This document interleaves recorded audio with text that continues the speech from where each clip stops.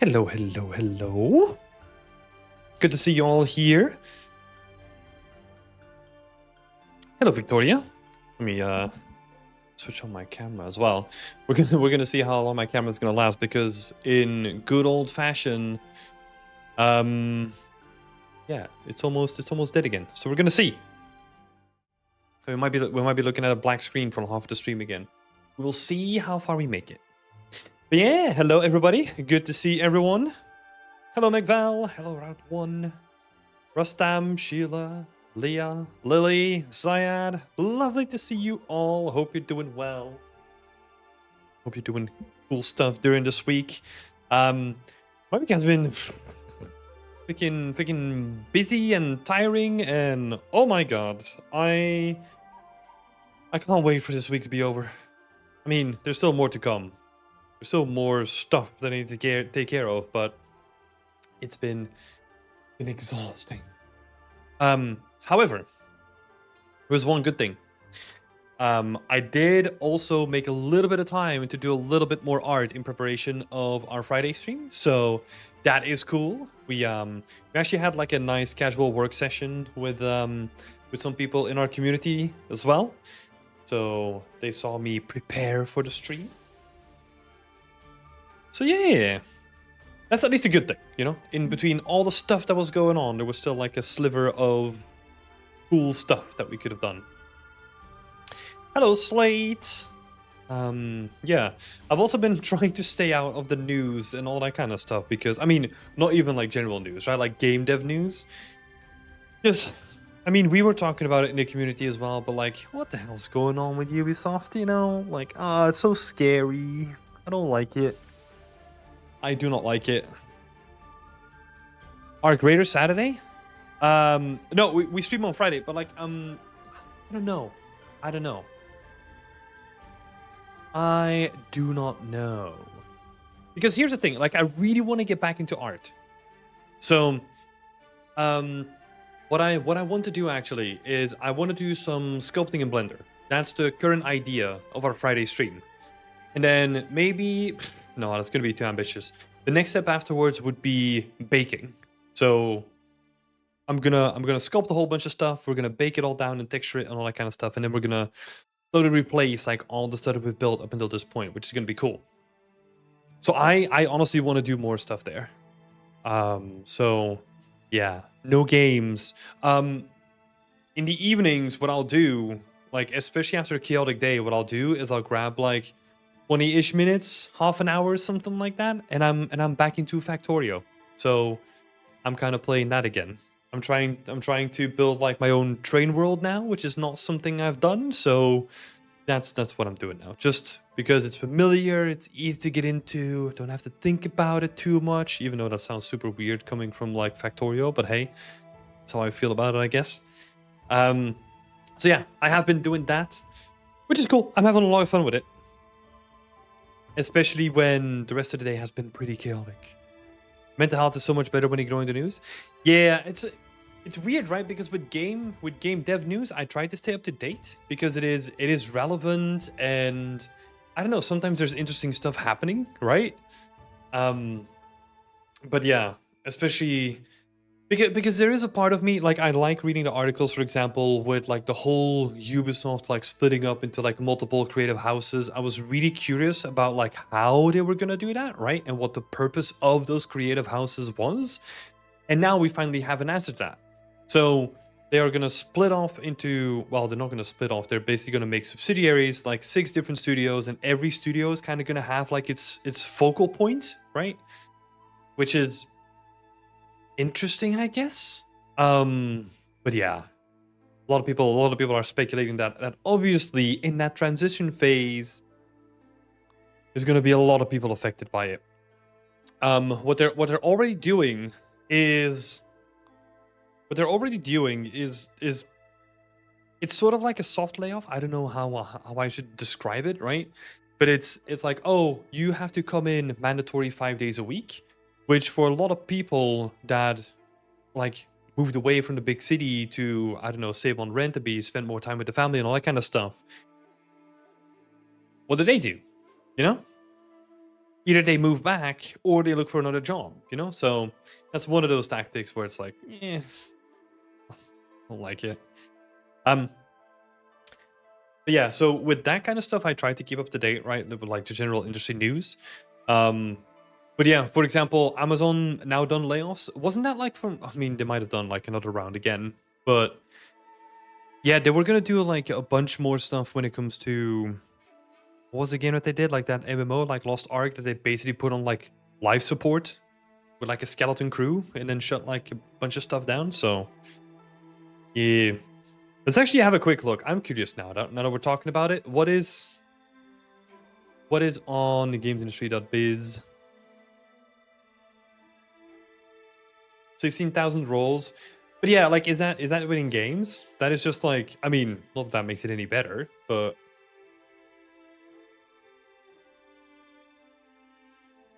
yeah.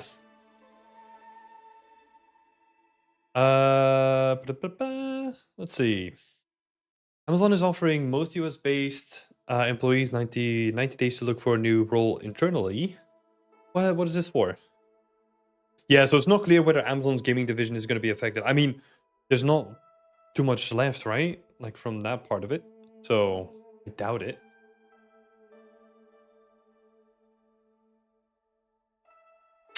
Hello, Top G. Welcome, welcome.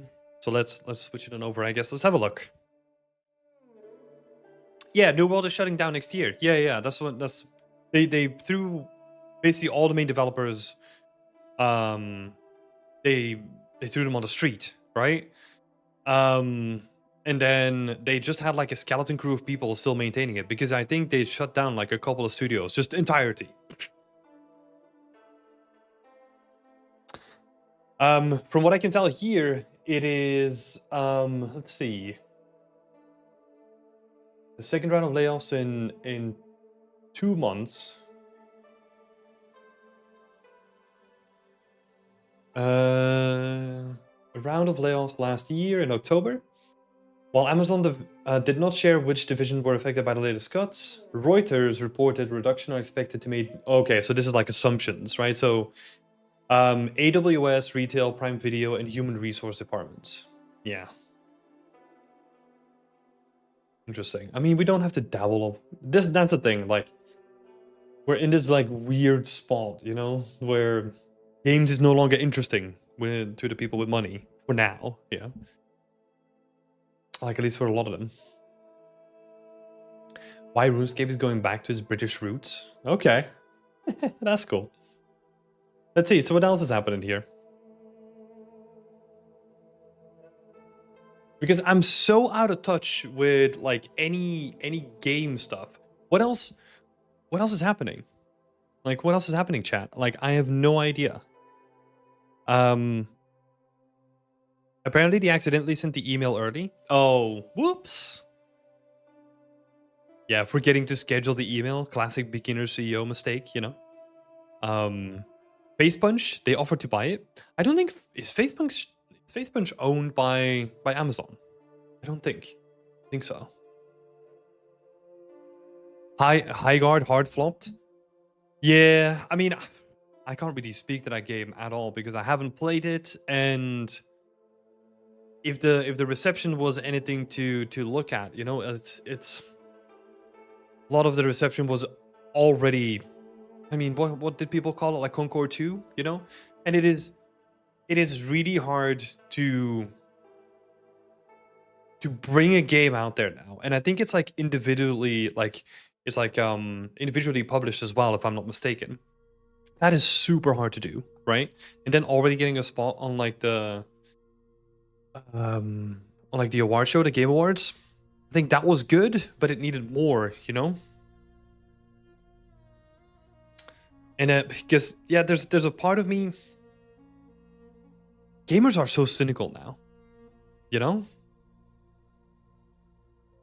I feel like a lot of it, like if it doesn't look like absolutely perfect, like some other games do these days, like there's just like a cynicism that is prevailing throughout the industry that is really hard to beat as like a game studio or like, yeah, I mean a game studio in this case, right? But yeah.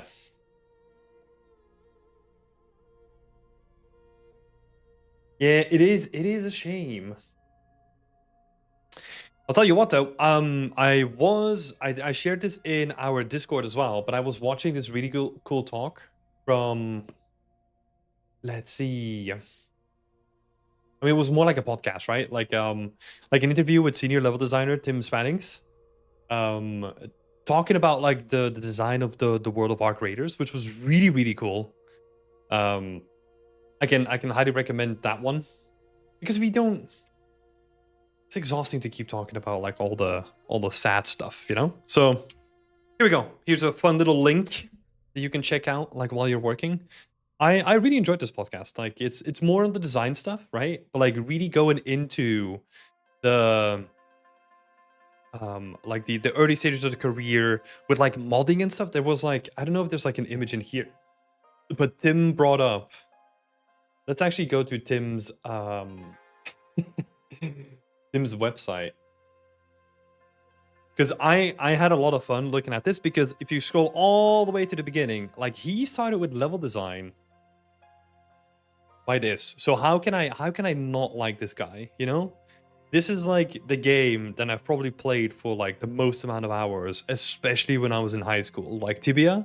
And he started like his, well, not his career, but like he started designing stuff like in Tibia, which was like really cool to see. He basically set up his own server and then started designing worlds within Tibia, which is, I never went that far, but that's freaking cool, you know? I love this kind of stuff.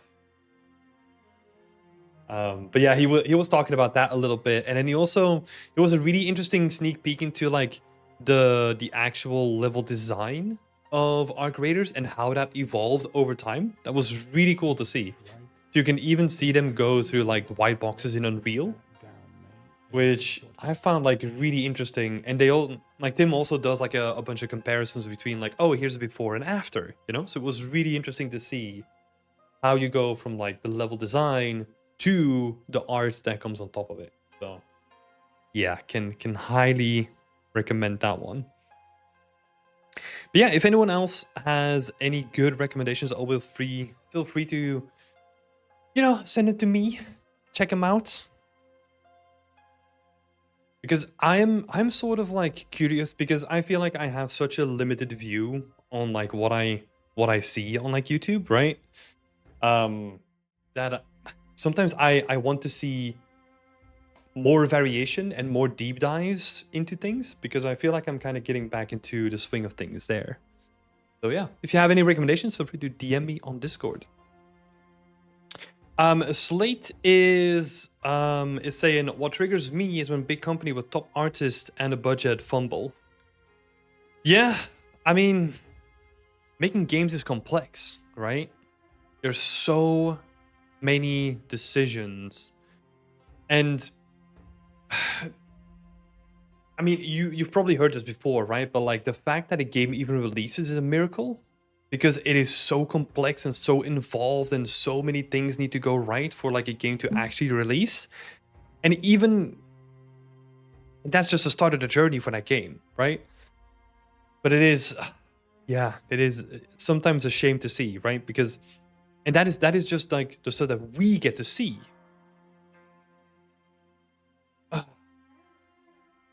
Because there's so many games that don't even see the light of day, right? I've worked on 2 things that I can't talk about, but that will never see the light of day, you know? Which is, yeah, that's even crazier, right? And I mean, going back to like Ubisoft, like they just canceled 6 games and delayed 7 more.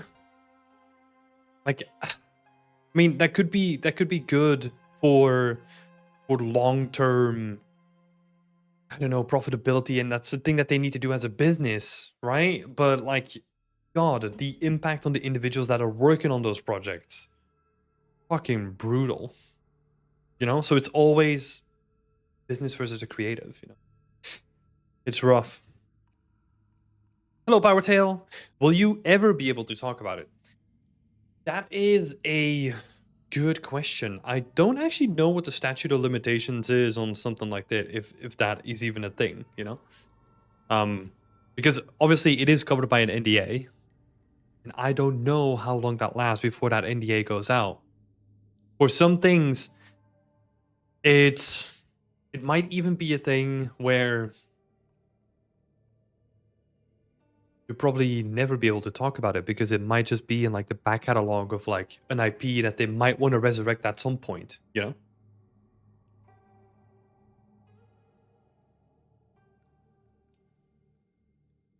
It's so unfortunate when things get canceled and the artists can't even share the stuff they worked on.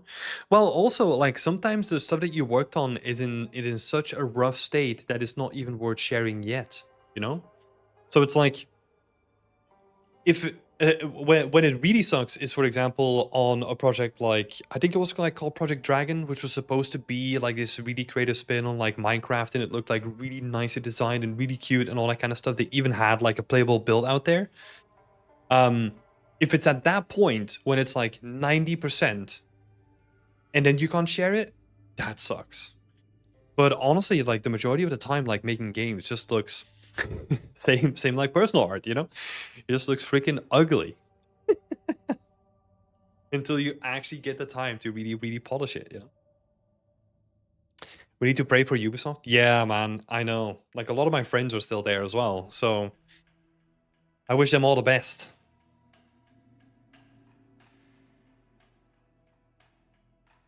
Making a game is complex, but some just ruin it completely, like Call of Duty. Yeah, I guess that depends on what metric you follow, right? Because yeah, the latest Call of Duty apparently, like this is anecdotal, I've not looked at it or even played it, but hasn't done well. But Call of Duty as a franchise, even if you don't like the newer ones, it's hard to deny that it's not making a shit ton of money, right? So, yeah. It's again, right? Like, what measurement do you follow? And I think it's also, what is interesting these days is that we are seeing more creative spins on, oh, excuse me. I have like something stuck in my throat. Sorry about that. What I was saying is that we see a lot of creative spins on something that has always been done, right?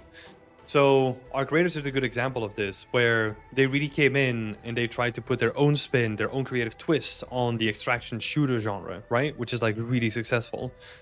And that is like what is always interesting about those studios doing that is because they know that they need to over deliver, right? Like as a Call of Duty, as a franchise, or as a Blizzard or as a Ubisoft, you kind of have the protection of like, hey, look, we've done good stuff before, you know?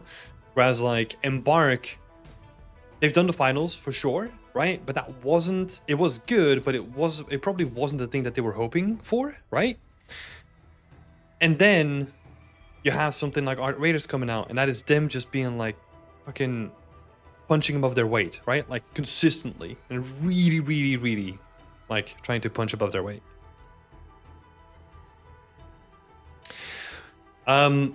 Slate is saying COD has lost a lot of their audience. The recent 3 games of COD didn't do well compared to before.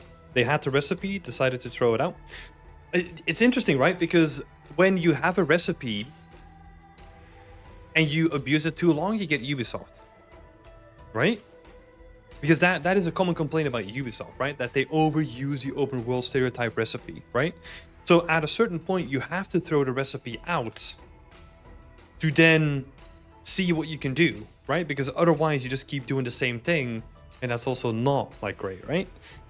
So it's again this weird tension between, sure, you can have a recipe, but how do you then build upon it and potentially retain a big audience and then build a new audience at the same time? That is super tricky to do. Let's actually have a look. So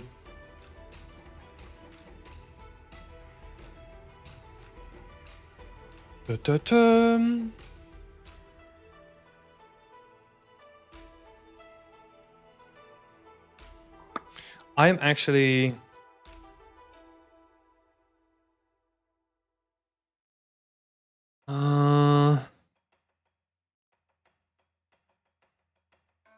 I'm actually curious if there's like any data on like Call of Duty, right? Because I mean, it is freaking massive. From when is this? From 2022. Oh yeah, of course. That's like freaking COVID time and stuff. Like bragging about the numbers during COVID. Yeah, sure.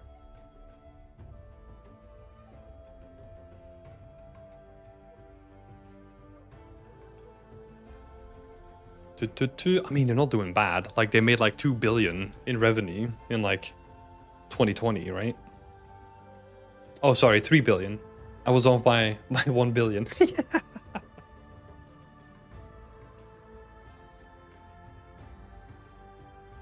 Metal Gear MK3. Ubisoft needs to make a new IP, not AAA titles.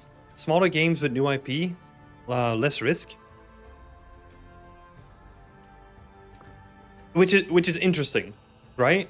Because so there is like an internal survey that happens regularly at Ubisoft, right? Where you as an employee of the company can put in your vote and about like what you think is the most important for the company, right? And my sort of vote that I threw in the pile was basically something similar that you said, right? Like we have these like AAA franchises, and this is like back in 2019, 2020, right? Something around those lines, right? But yeah, I would say something different. But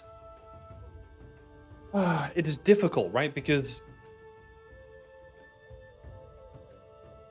you want those games to be made in a way that is not restricted by the big juggernaut that Ubisoft is, right?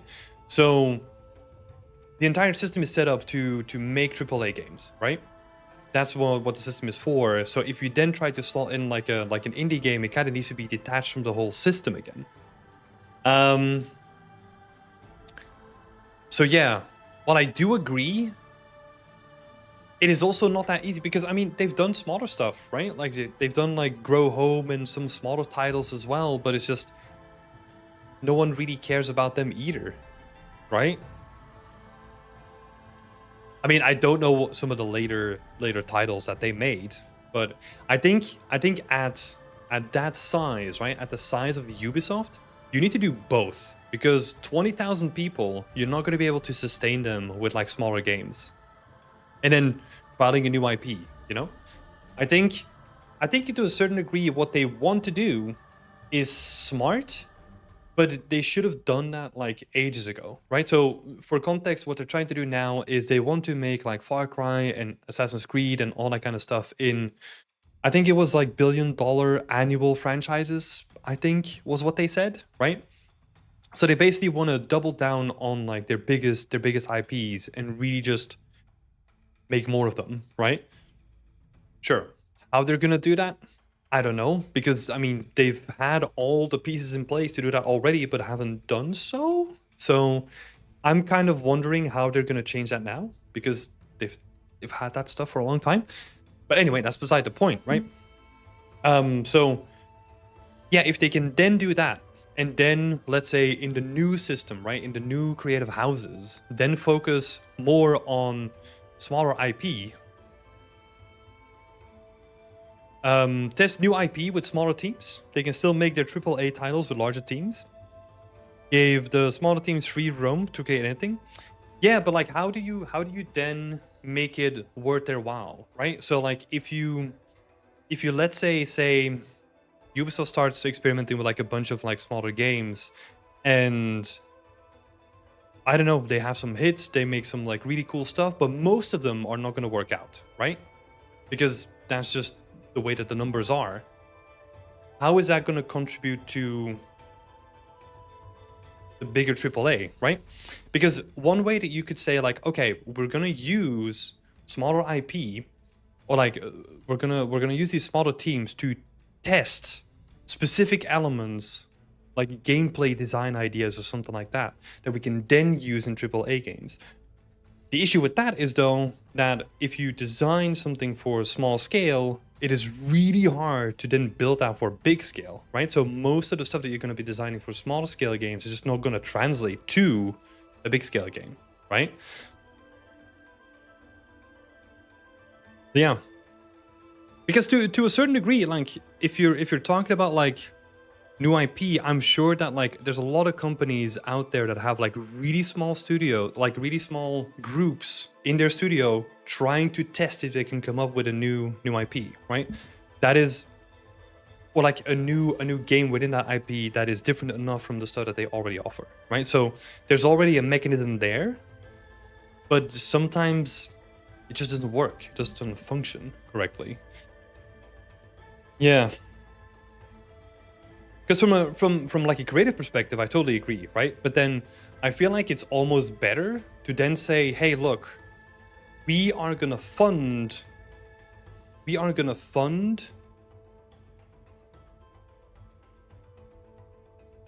How would I do it? Yeah. So it's almost like, hey, look, we're gonna take a percentage of our revenue and we're just gonna fund creative houses. And let's say we're gonna invest into smaller companies, but we're not gonna buy them up, right? So we're just gonna be an incubator for other companies that make really successful indie games, and then potentially do a deal with like, hey, look, we're gonna give you X amount, and then if the game does well, then give us a percentage back or whatever, right? I don't know, not a business guy, but that seems to me like a more healthy way of doing it, because then that company that you're trying to boost is not limited by the framework that Ubisoft has set up, right? And is not beholden to the oversight of it to a certain degree that you have internally. I just hope it gets better for AAA companies and that the AI bubbles shrink. I mean, yeah, I do hope it too. I do hope that AAA companies are gonna do better. But I think what's really interesting was I was listening to a podcast about the Frames Per Second podcast, and I was talking. They were talking about that there is like an interesting recurrence that used to happen before. I can't remember which company it was, but there was a company in the 90s that was like slowly declining, and from that company sprang up like Activision and all these companies that we know now, right?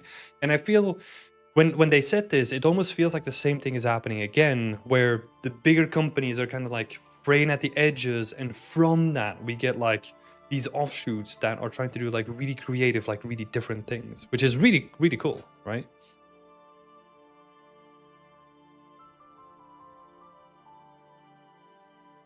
Yeah. Hello, Eden. Good to see you.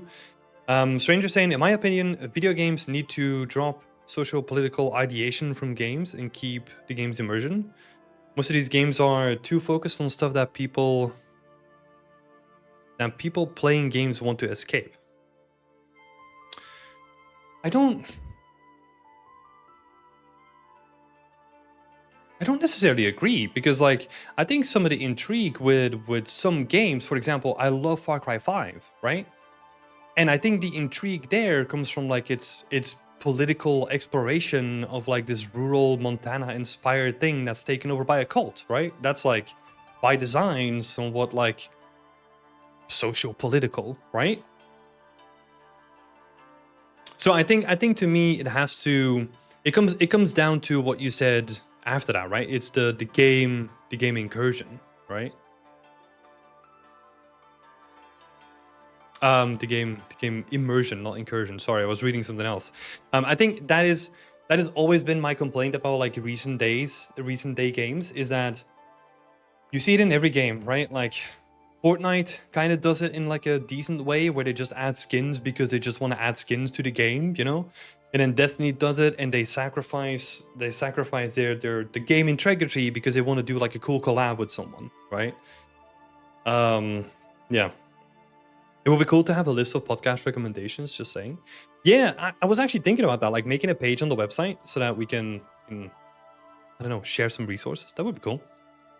Look at Claire Obscure Expedition 33, made by ex-employees. That could have been an internal team. I don't think so. That's the whole thing. I think they had to leave to then make that game, because you cannot make that game within Ubisoft. I think that's my point. Like, sometimes, like, the stuff that they were doing, like, with how quick you want to go and how free you want to be in your game design, you do not want to be restricted by a company that has certain ways of working and certain systems of working, right?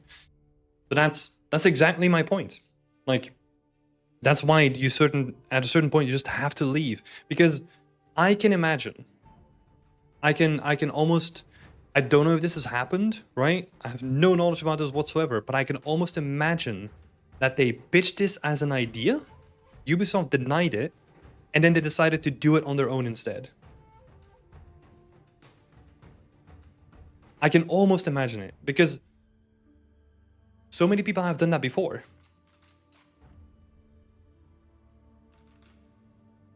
And I think that's where it gets interesting, right? Like, at a certain point, you just have to be like, hey, look, the system that we've created doesn't work for the thing that we're trying to do. And in a weird way, I think that Ubisoft realized that. And that's why they're currently splitting up into 6 different creative houses, right?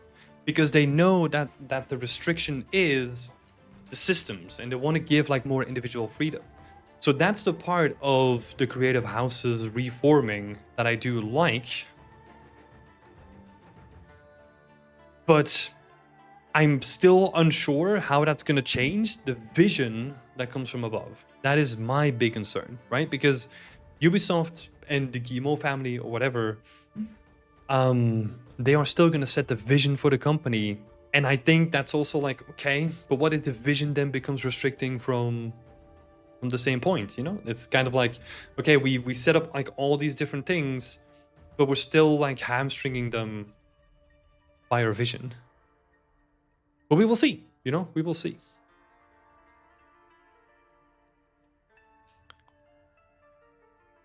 I think we're looking at the potential of companies, and I think companies don't think the same.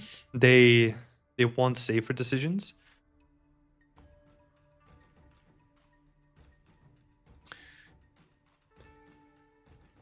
Well, yeah, to a certain degree, right? I mean, so technically they want decisions that make the most money, right? That is what a company should do. But I think a lot of companies just fail into like, how do they approach that in the best way, right? Which sometimes, and I think this is to what other people have been saying in the chat, right? Like, sometimes that means playing it safe because you just, I don't know, let's say you just had like a Fortnite style hit. You're not going to do something else. You're not going to build a new IP, right? Because that would be dumb. So you might as well double down and like keep building on this, which is the safe decision. But there's also other times where you have to say like, hey, look, stuff that we're doing, it's not really working. So we're going to stop doing that and we're going to create new stuff. But you should ideally do that at a time where, let's say you have your Fortnite and you see that Fortnite has been projected to go down over the long term because people's demographics are shifting away, or like you lose your appeal to your target audience and all that kind of stuff, right? And then you can see like, ooh, this is a long-term down-going trend. What is a new thing? Let's try to kick up some R&D again, right? And that's usually because games take so long to make that you almost have to see things coming from like 5 years ahead, right? But let's say at this point we're a game company. How do we then, what is going to be popular in 5 years, right? Like, how do we try to anticipate that?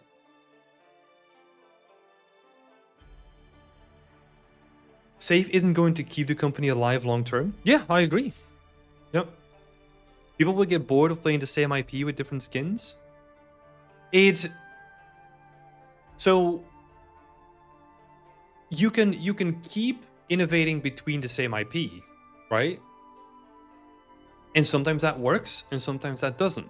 And sometimes that also attracts like a different target audience. But let's say, for example, if you want to do something like Assassin's Creed Odyssey, right? Which I really enjoyed, but it had more like RPG elements, right? So if you're like a diehard, like an old school Assassin's Creed player, you're gonna be like, what the hell have they done to my baby? You know? That's the way that you're gonna be thinking about it. But it did attract, it was very successful in attracting like a new type of audience that was more interested in those mechanics, right? The issue becomes then, I think in Valhalla, they were trying to go back to a system that they had before, but then also still had like the older systems in it with like the RPG mechanics. And it was just like, it was this very confused mess that was trying to be a good thing for too wide of an audience. And that's when people are just going to split away, right? Because people just want to do either the RPG thing or maybe like the more classical stealth kind of thing, right? So it's like, it was a very confused thing.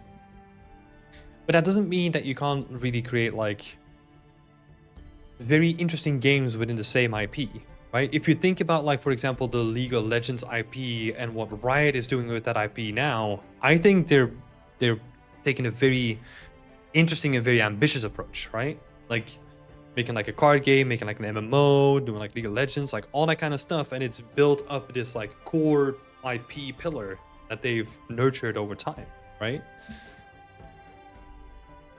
So yeah, it is interesting. And that's where it comes down to, like at the top, the decision making needs to be on point because everything else flows down from that point, right?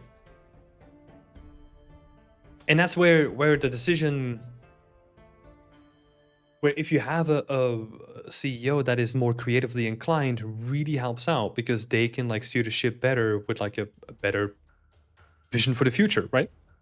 Because if you just focus on the numbers and you're more business orientated, you're going to lose track at some point, you know? But yeah, so we will have to see where Ubisoft and the wider industry goes.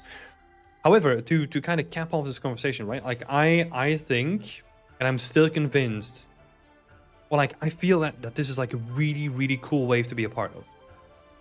And I think a certain part of the industry needs to die for the rest of the industry that wants to flourish, right? Again, I'm not saying that AAA is going to go anywhere. AAA is shifting around and it's doing a bunch of stuff and it's going to be here to stay. But what is interesting to me is to look at the wave that is coming up.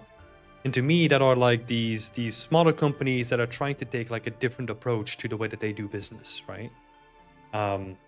Like the development speed of, let's say Embark has been like pretty impressive, and just also the quality bar, right? So that's a studio that I really, really like. Yeah, Obsidian Entertainment is also a good example. I think I mentioned this internally in our community as well, but I feel like they, even though like not all of their games are going to be hits, right? But they're trying stuff out and they're very creative focused. Satish is saying, is it going to be any portfolio reviews today? No, that's Friday. So Friday we do portfolio reviews. Today is Work in Progress Wednesday. So now we're going to be looking at some feedback for the community. Talking about that, let's actually switch it on over. So if you are a member of our community and want to participate, feel free to raise your hands and then we'll go by that. Yeah, of course, Leah's going to be first. Thank you, Leah. Last question before we switch on over them. Would it be better if they had 4 projects with 50 mil budget each and then tried to get 4 games out? Surely one of those projects will be a success. Not necessarily, though. Because, I mean, Ubisoft does put out like a decent amount of games, right? But I don't think that's the issue. I think what you want is diversity within what they then put out, right?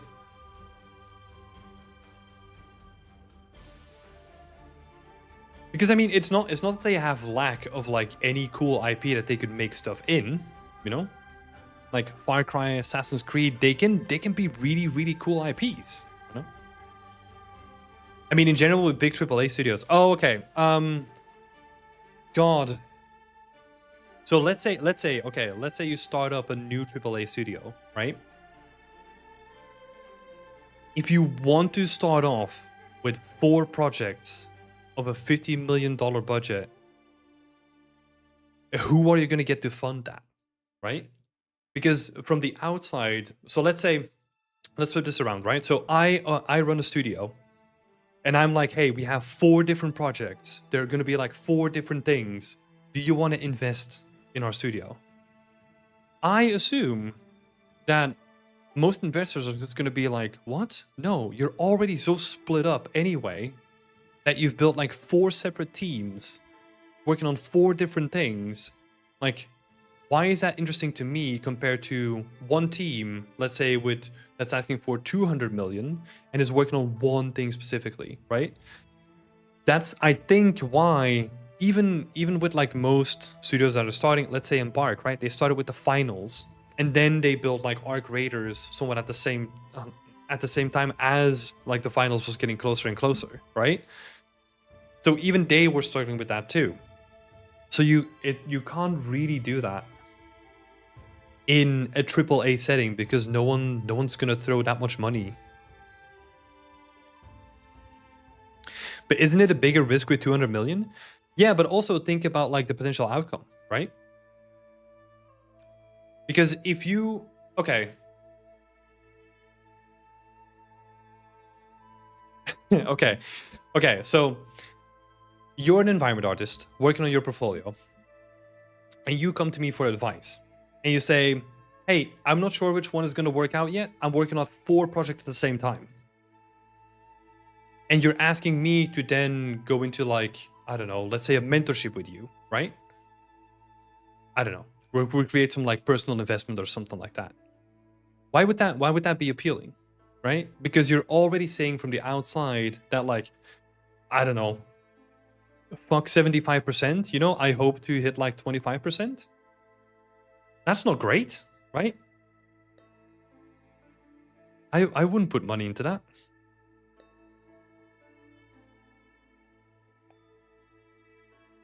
It might be good as a studio, but as an investor, why would you put money into that, right?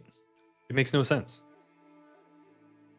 Because like those other games, let's say, I don't know, those other 3 games that you are like, I don't know, this one might go down. That doesn't sound like an appealing like pitch to me, you know? I would rather put my money into something that is like 100% hyper-focused on becoming like, I don't know, the next World of Warcraft, let's say. Compared to a newly founded studio that's doing 4 projects at the same time, right?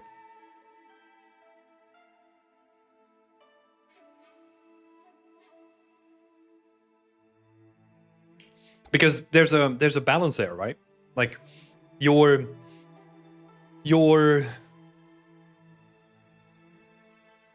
incentives as a studio are not the same incentives as an investor wanting to invest in the studio.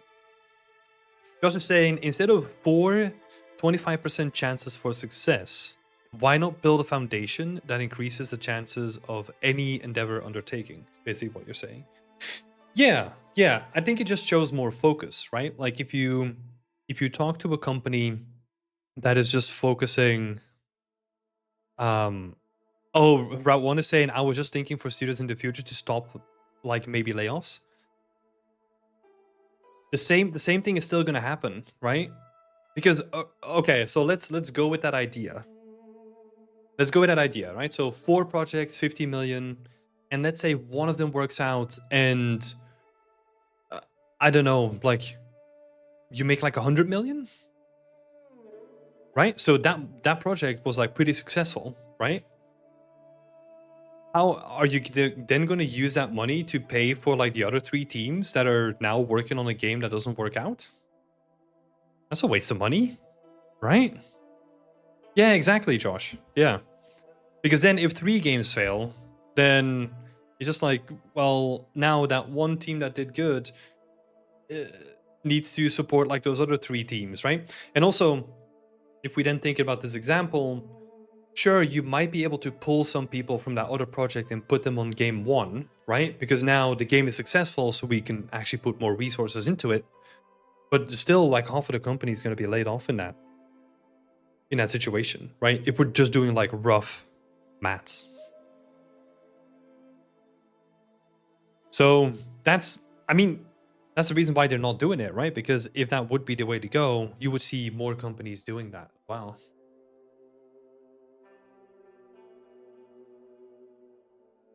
But that one game that does have success means less money lost, maybe something like that. I don't know. I don't think it's gonna work. FromSoft is a good example. They never had a layoff. They retain high talent, the same people game to game, and then release a high quality, super focused title every couple of years, if that. Yeah. Yeah, yeah. Exactly.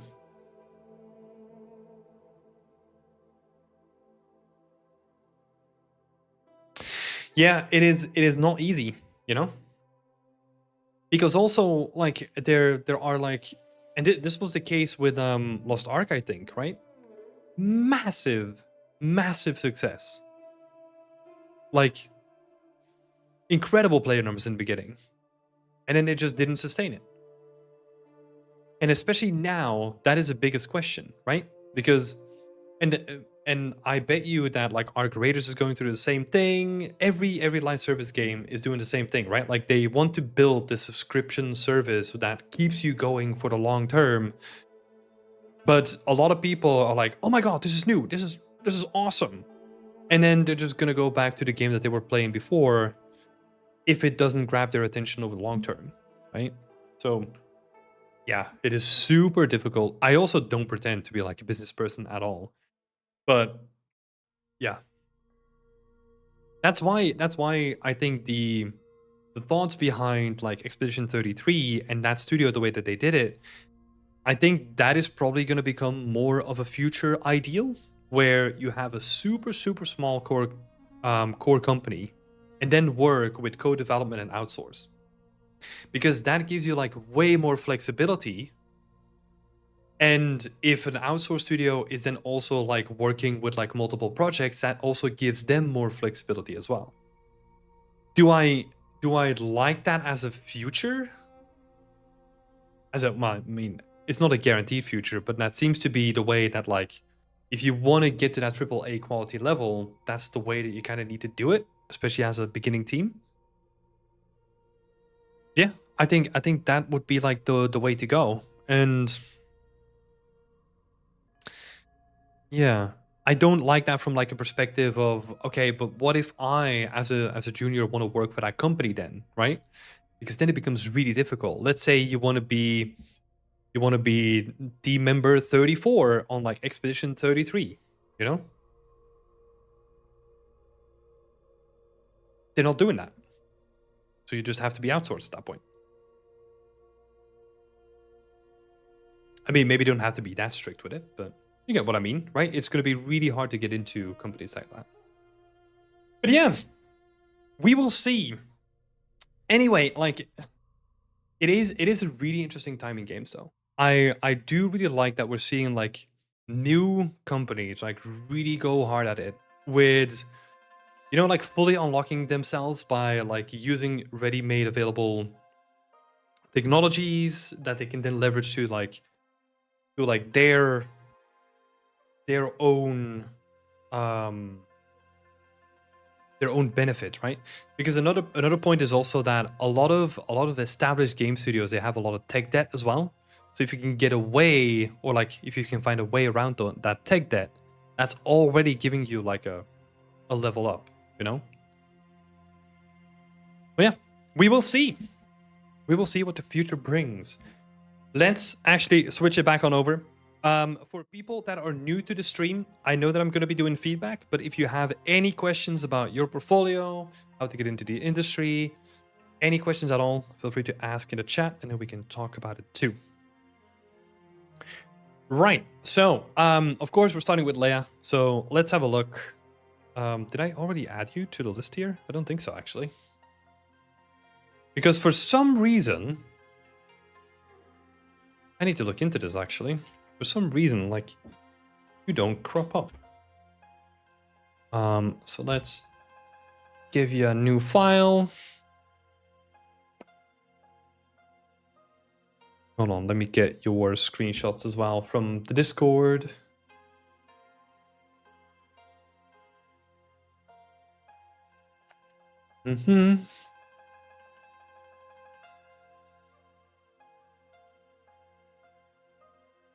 We got screenshot 1.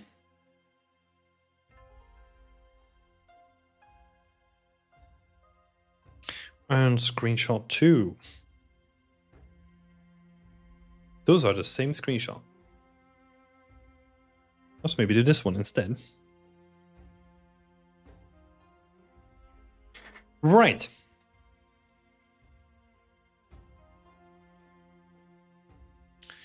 So let's have a look. I'm currently working on lighting before creating the post on ArtStation. I would like to hear your expertise on how you approach lighting for those 2 screenshots. Right. Been inspired by the lighting of Kingdom Come Deliverance and its more natural, realistic lighting setups.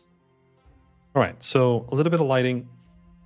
I'm going to give you the caveat that I'm not a lighting artist, right? So feel free to take that into account.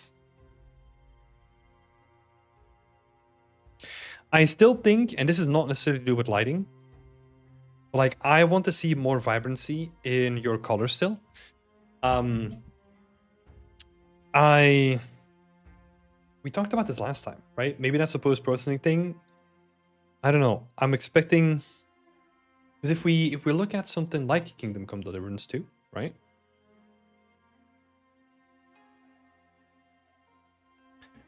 Let's have a look. Let's grab a random image. Do we want a town? Maybe not. Let's just grab this image.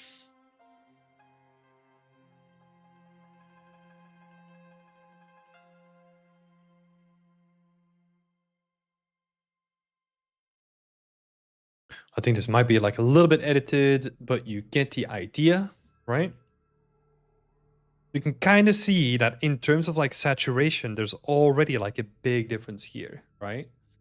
We just grab another one, slap that in there.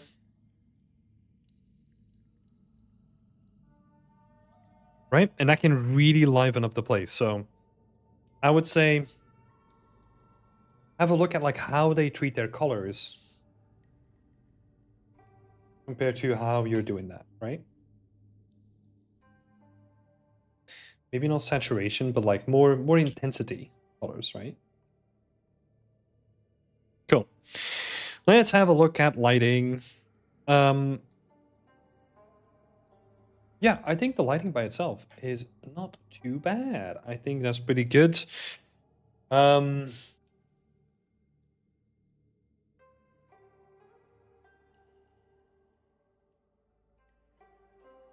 It is interesting, right? So like the way that I approach lighting in those 2 screenshots is always a question of like, okay, where do I want people to look, right? Because with lighting, we have a lot of control about like, where are people going to be looking, right? So if you want people to be looking at like this thing, for example, then we could potentially like rotate the sun so that the sun comes in from this angle and kind of hits like the face of this more than it does at the moment, right?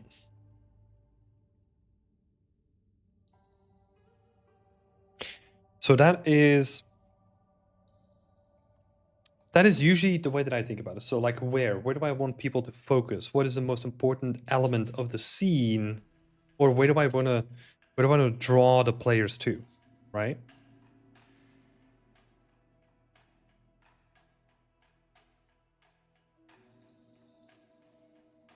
Of course, with this, we're gonna go for like a more generic kind of feel, right? Generic as in like, generic is a wrong term here. Like more of a, we don't want to focus you on like a specific area specifically, especially in the first shot, right? But yeah, we do have a good workshop on lighting actually from Salvador Sanchez on environment lighting. I can help you way more with this than I can, because I think he talks about like realistic like lighting values, how you need to measure them, how you need to recreate them in Unreal Engine. So yeah, I would definitely play around with those things.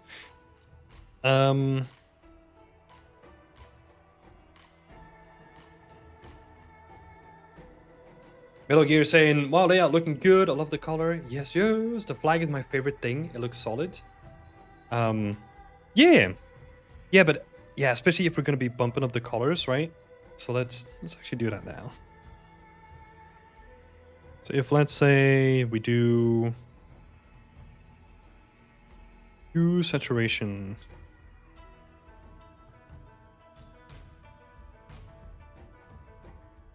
Don't want to do luminosity though.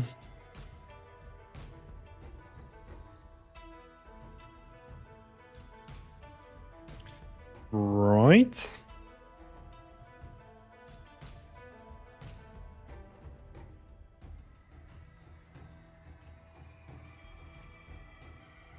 We're gonna give it like a little bit more exposure because I kind of like that we get this feel of this really bright sun that's been bouncing in the middle of the courtyard. So let's group this all in here.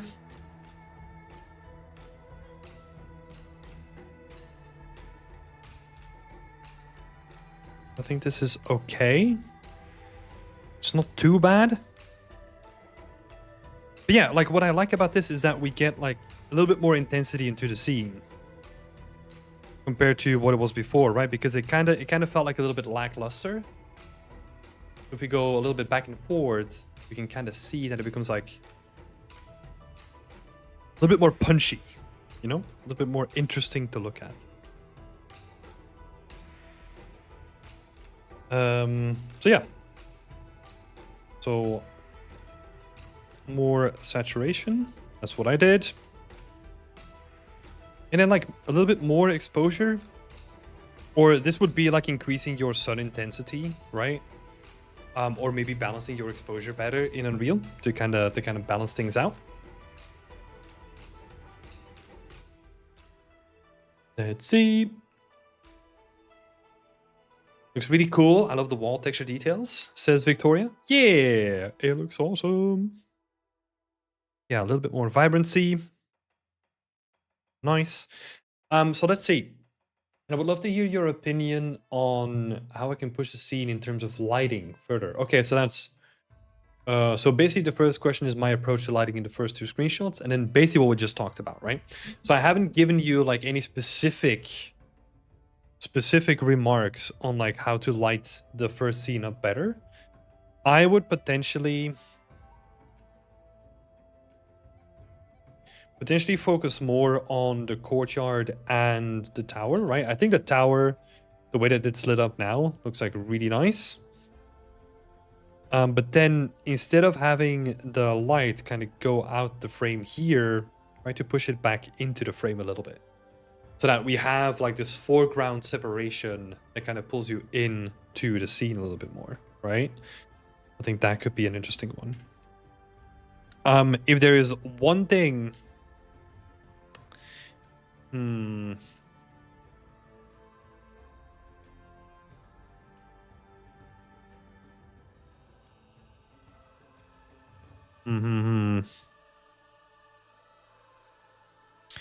Right, so you have like some stuff going on here. I don't know, is that metal? Metal brackets, I think?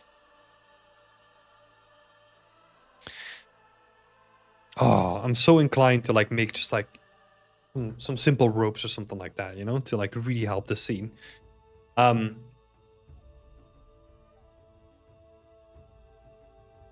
If you're making renders of different angles of the environment, can you change the sun direction in each of them to change the focus of the image, or would that reach strange to a hiring artist? That's a good question. It could literally be like, oh, this is like early afternoon, this is like late afternoon kind of stuff, right?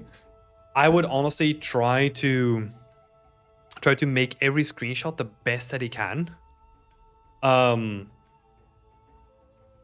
But yeah, that's what I would do. So like change it up as much as you want, because I really want the focus to be on every image need to be as punchy as it can get, right? So try to, if you have to rotate your light and maybe do something about the setup that's specific to that angle, do that, right? So most of the time they're not going to notice.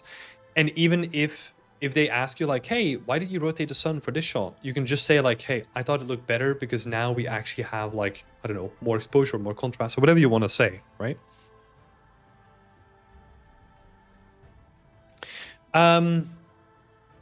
They are saying, I know, I would do if I had the time. Okay, so we're kind of running out of time. It is just majorly just like polish and post-processing, right? Because yeah, I mean, what Shazar is bringing up, like there's a bunch of stuff that I would bring up too, but if there's no time, then yeah, it's kind of pointless, right? But let's see what Shazar is saying. So for the feedback, I think the textures could be pushed another 20%. Maybe consider doing another Grime lived-in pass. This would be the post-trafficked, the most trafficked area in the castle, especially with the mess from the horses. Yeah, yeah. There's a lot of stuff that you could do, and time is a bastard. So yeah, but yeah. I would definitely say like try to fix up the lighting, play around with post processing, spend a lot of your time there, and then see how you can make every individual screenshot as punchy as possible, right? Also play around with like a little bit of depth of field, and if you're doing framing like this, I like what you're doing with this foreground element, but it's just a bit too big, so be very careful. Be very careful with how much you put it in front of the camera, right? Because this is almost taking up like, I don't know, 15% of the scene, right? So make your foreground element like a little bit less intense, or like reduce it from being like full black, because that helps as well. The same thing that we have to do, we need to take in, well, hold on, let me see. No, I was maybe it was my changes that like made it super black. But yeah, the same thing that we have to keep in mind with our highlights, right? That they don't clip and that it's not like too bright. We have to do the opposite as well for dark spaces too, because if I can't read what's happening in those spaces, then it becomes like, yeah, difficult to read, right? But cool. It's great stuff. Keep pushing it. There's a lot of small things that you could do. For example, in areas where people are not going to be walking, make the grass taller, right? So that it fills up more of the space, and that can already help, like add a lot of cool variation, without having to like redo or make a bunch of additional things, right? So that could be a pass where like maybe in the foreground you have some like bigger sections of grass. And then where people are walking, you have like lower sections of grass.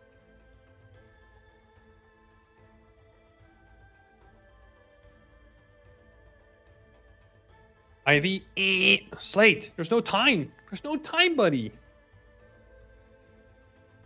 Yeah, that's unfortunately the constraints, right? You could add mud on the ground. I think there is already mud. I think it might just need to be like more emphasized, right? Because we have some like really nice mud here. It would potentially be interesting. Like I was showing you a couple of weeks ago, just like a little decal puddle, right? So that you have like a couple of mud puddles in there. That should take like 1 minute only. Yeah. Yeah, just AI generate some ivy and you're fine. Oh no, not the AI. Moving on. Thank you, Leon. Thank you for showing your work. Cool. Who was next in line? Let's have a look. So PowerTale's next. Cool. Making this cool little scene here. Right. First things first. How much more interesting and quicker is this compared to your previous environment, man? You know? I think it's a real showcase on if you just use a concept, you know, where you don't have to think about stuff yourself and go back and forth. This is the power of it, you know? Because you can just focus on just like executing it, which is freaking cool. And I love that you picked the scene, great scale, interesting stuff. So let's go to your question.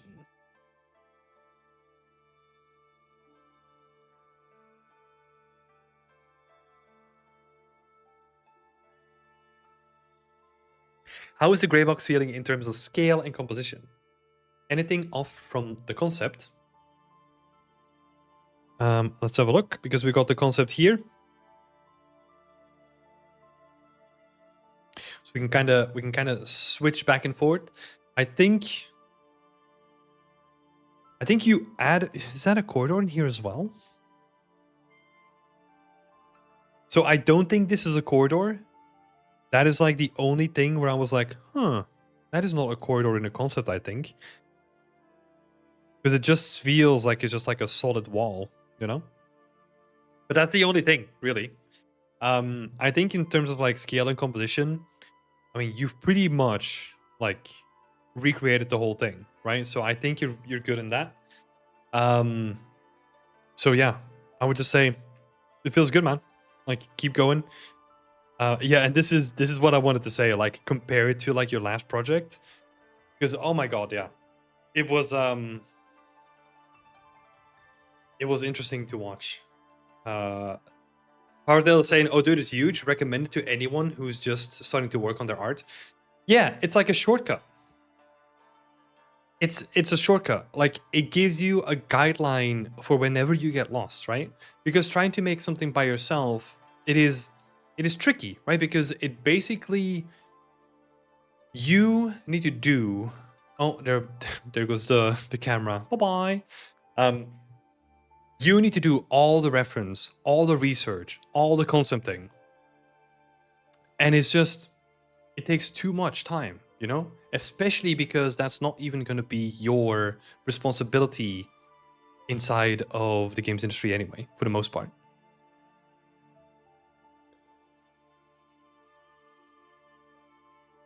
Play is saying same. I can already see the differences, many light years ahead. The last piece was in the ideation greybox phase for like 4 months. Yeah, I know. It's because, I mean, I can emphasize, right? Because I want to get into 3D as quick as possible. I always had that too. So I know where it comes from, you know? But at a certain point, you just have to like realize that is a current limitation of what you have, right? That you're not there yet. You're not a designer and an environment artist. You're just trying to become an environment artist, right? So just focus on the stuff that you want to do, and then you build up towards that skill set. Yeah. Let's have a look. So the second question is, where do you see opportunity for good reuse, whether in textures or modeling, to save time on stuff? How do you feel about the approach to the kit that I have planned? There's one thing. I think these are like your big walls, right? I mean, most of these are walls. If you... honestly, most of the modularity is going to come from the textures.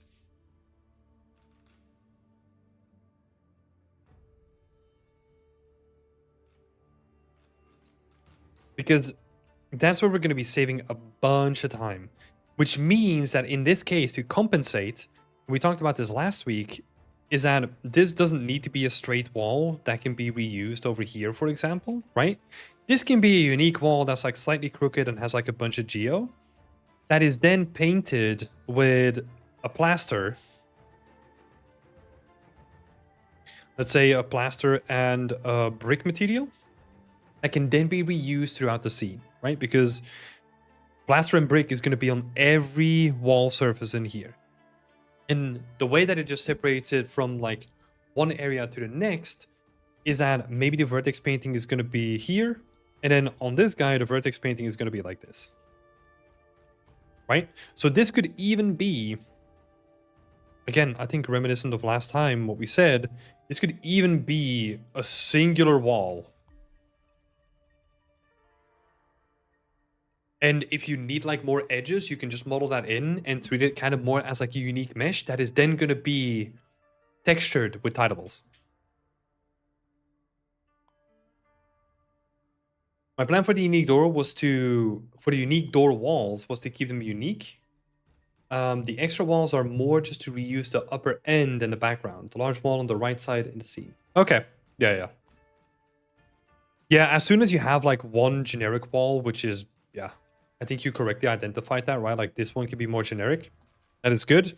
And then a lot of the modularity is just going to come from the textures. So that is going to be... Yeah, that's going to be where you are going to be saving a bunch of time.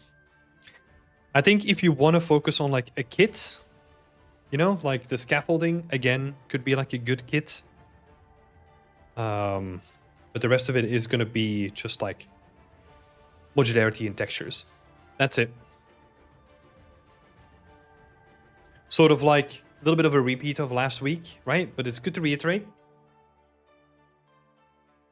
And the kit itself...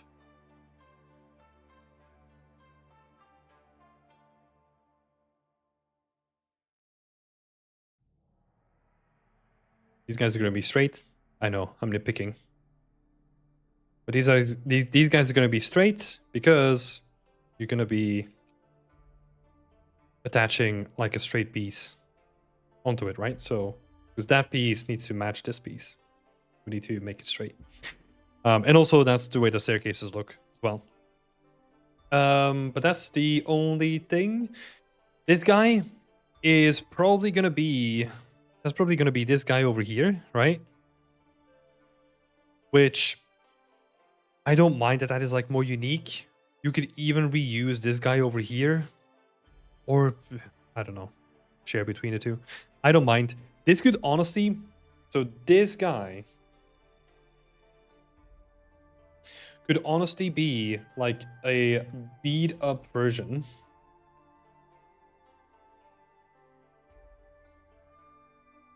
of this guy, right?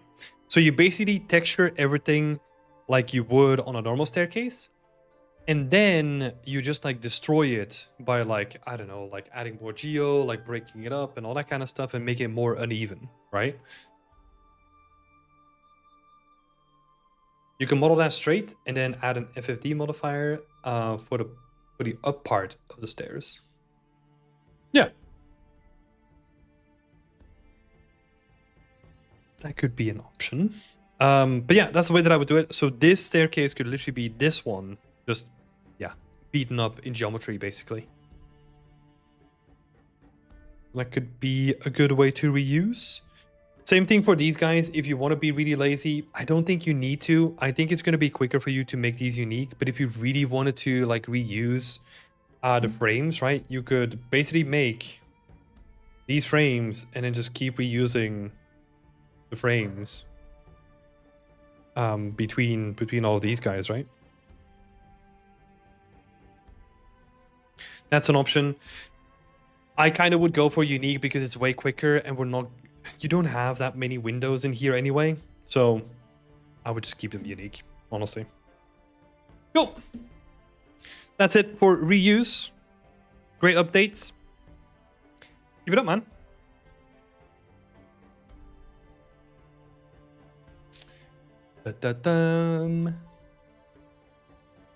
Let's see, who was next in the list then? So, Lily is next. Hello, Lily. Hope you're doing well. Made a couple of notes for you already. So the first question is, how do you get closer to the concept, right? We read your question. Yeah. You think that the lighting and the colors make it feel off to me. And I think so too. The first thing that I could see in the connection between your work and the concept is that the concept has more intensity when it comes to the focus, right? Or like more contrast. Like the shadows in the water are darker, and it feels like the spot that is highlighted in the water itself is going to be more intense. It's almost like there's like a giant spotlight just like lighting up this area. Also, the camera seems to be a little bit higher because we get to see more into the water, which could also help with what we just said. But yeah, maybe in this case, let's see, because that staircase is going in this way. It might potentially be worth dragging down your water plane instead of like moving your camera up. I know that sounds silly. The reason why I say that is because the proportions of the rest of the scene are actually pretty good. And I think we just need to see more of your water. So potentially putting that down could be interesting for the scene instead of moving the camera. Obviously, camera moving is easier, right? So, yeah. No, McVal, my camera did die. It's given up again. It has enough of my face. So you'll have to look at a black screen. Second, colors. Let's talk about the colors. I think, again, you're spot on. You have to trust your feelings. I feel that I can almost put like a separating line between the background, which is more blue, versus the foreground, which kind of has this like blue-green, like interesting tints going on, right? And I think you have the foreground color already. I think the background color just kind of bleeds into it a little bit too much. It kind of feels like it still leans more into the green, where it should almost be just like straight up like bluish. And I think that's what you're identifying too, because if you look at the color of the sky, for example, this is more dark blue, whereas in yours, it is more blue-green. No, Tim's face! The black square is very wise. The wise black square. That is actually like a pretty interesting username, you know? I wish I knew that when I started my Twitter, I don't know, 15 years ago or something. The black square of environment art knowledge.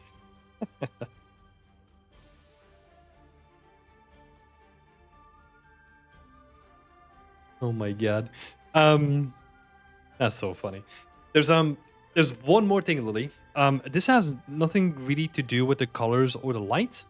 But I felt that the concept, the proportions of the skull, let me get rid of my scribbles. The proportions of the skull feel more evocative in terms of proportions and the way that it's also set up.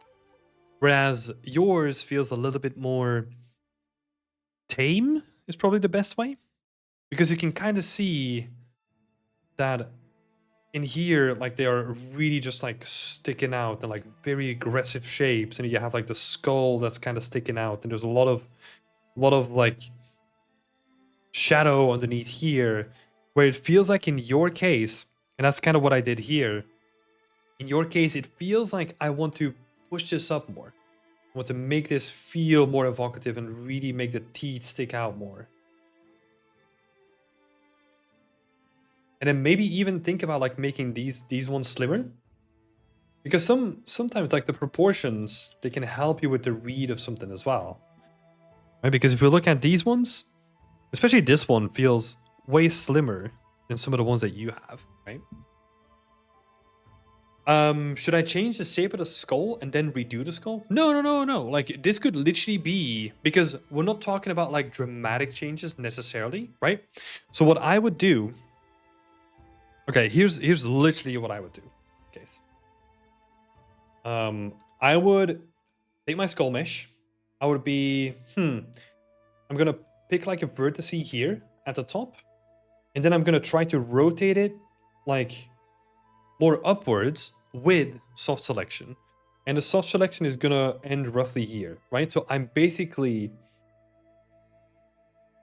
doing this. That's what I'm trying to do. So I'm trying to, I'm waving with my hands like I'm still on the camera. I'm basically trying to like skew it more open, right? Without doing like big changes to the texture or anything like that, right? Because sure, we're gonna create like a little bit of distortion, but I think just doing that a little bit, you can get away with it. If let's say, for example, you decide to change a bunch of stuff on top of it, then we potentially have to go back to the texturing phase and kind of try to see if we can fix it up somehow, right?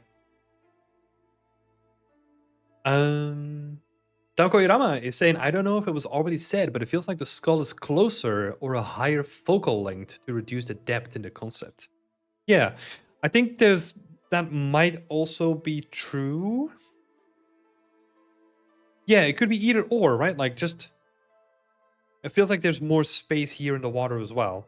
And I think if we then combine that with what we said earlier, where if we see more of the water and then play around with the camera's focal length, that could help us like pull in the scene a little bit and make it more cramped. So that's a good suggestion to look into.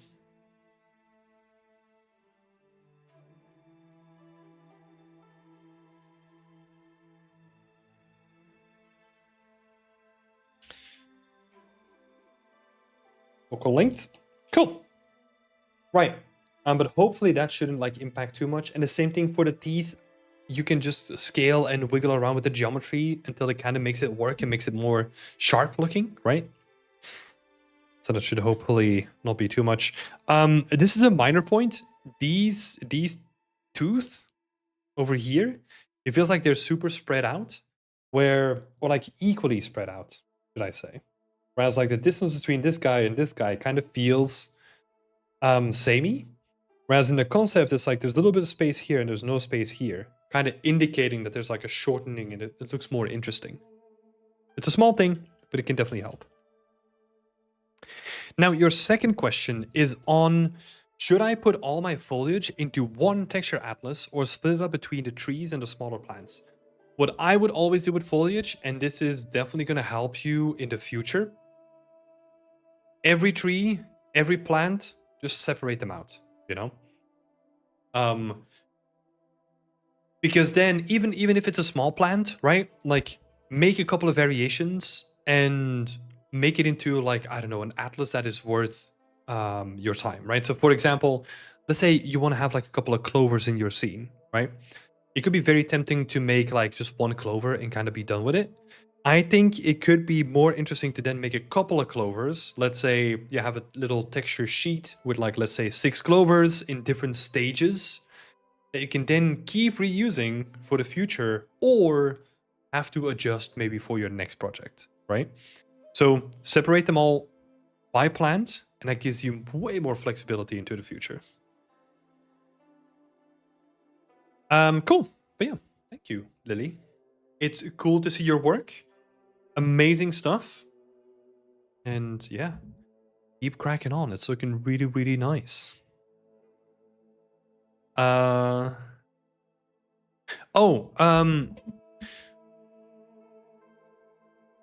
that other noob. You were saying also under the jaw there is a little bit of space between the water and the jaw, but I think that suggestion of moving the water plane down might help too.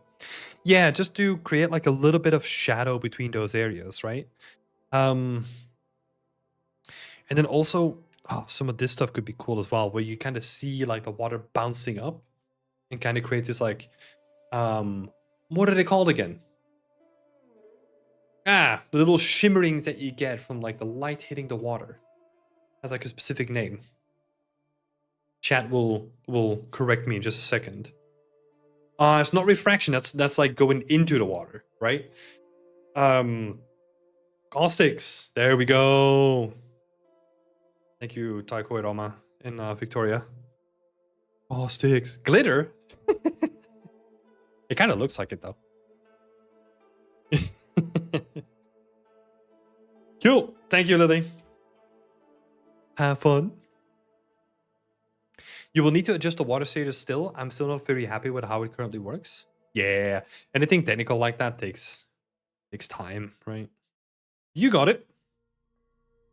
You got this.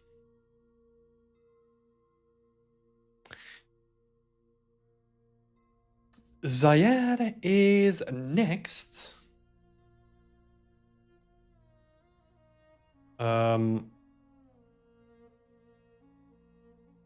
We're gonna have to do this again. I know. Did you say me your name last time?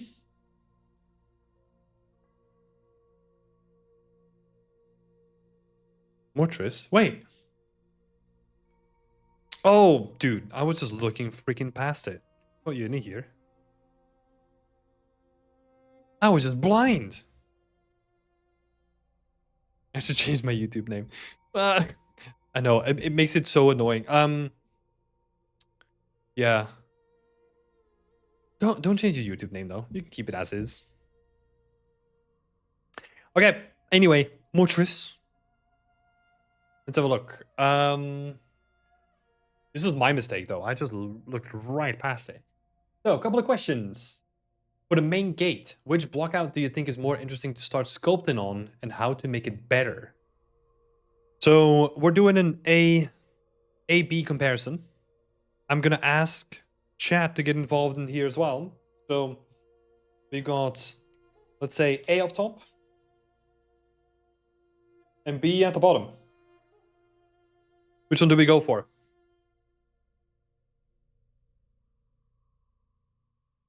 Which one is more interesting to start sculpting on? I think as like a general piece is that the challenges, the changes between them are pretty minor, right? I would say that the inner shapes on B are probably more interesting because they create like more of an area of rest to me. But yeah, it's also Blender is kind of skewing this a little bit, right? Because it has like the curvature shader or whatever on it. But yeah, if there was something, my initial thoughts kind of go out to B, I would say, because it gives you more opportunities to then make like really cool sculpted details on top of it. And I don't think you even need like those internal leaves. You can kind of get a, well, I don't mind them that much, but like, yeah. So let's see.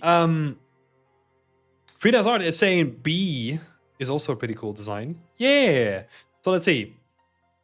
We've got, how many people do we have? So we got 1, 2, 3.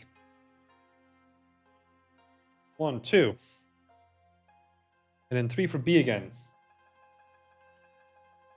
So 5. And then 6, 7. Dink, dink. Cool. I think it's pretty clear. B is the winner. Jack of Diamonds coming in. Maybe merge them, like the outer ring of A and the inner ring from B? Potentially, yeah. Because the only thing that I don't really like here is this kind of curve. You know, it kind of feels like a very unnatural curve. Where this one feels like nicer, you know? But that's like the main thing that I would say. So if we kind of fix up this curve a little bit.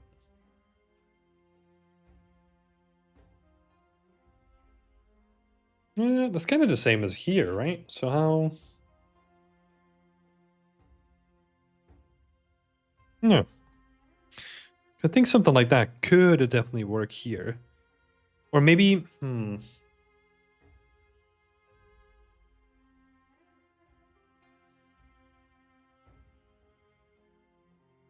Yeah, that's something to play around with. That can potentially be interesting. Yeah. Cool. So B is the winner. So that makes it easy. A feels visually heavy, where B feels more flattering to look at. Yeah, and I think that comes from a lot of the scales, like the individual scales of the individual elements, feels relatively similar, right? And that adds a lot of visual density to it.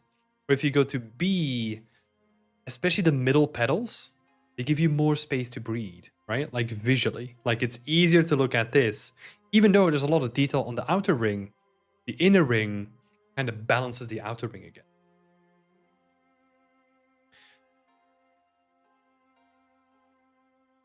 So yeah, yeah, that's the only thing that I would say here. So that curve needs to be improved.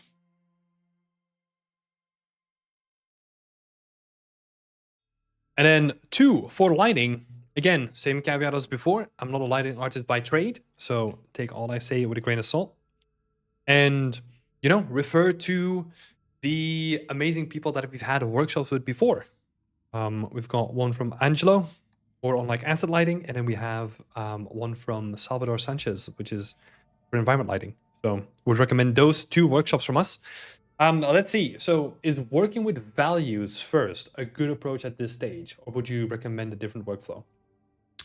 I don't know. I've never worked with values alone. I always go mood first, try to figure out the colors that I want to use and how they tie into the environment, and then figure out how I'm gonna rotate the light in such a way that it makes an appealing image. That's usually the way that I worked with lights. So yeah. So my approach, right? I wanna make this clear. That doesn't mean that it's like the 100% correct approach, but my approach is always mood that then tells us more about the emotions that I want to convey, right? What are the colors that are used to convey those emotions? And then think about like the rotation and like how it influences the scene, right?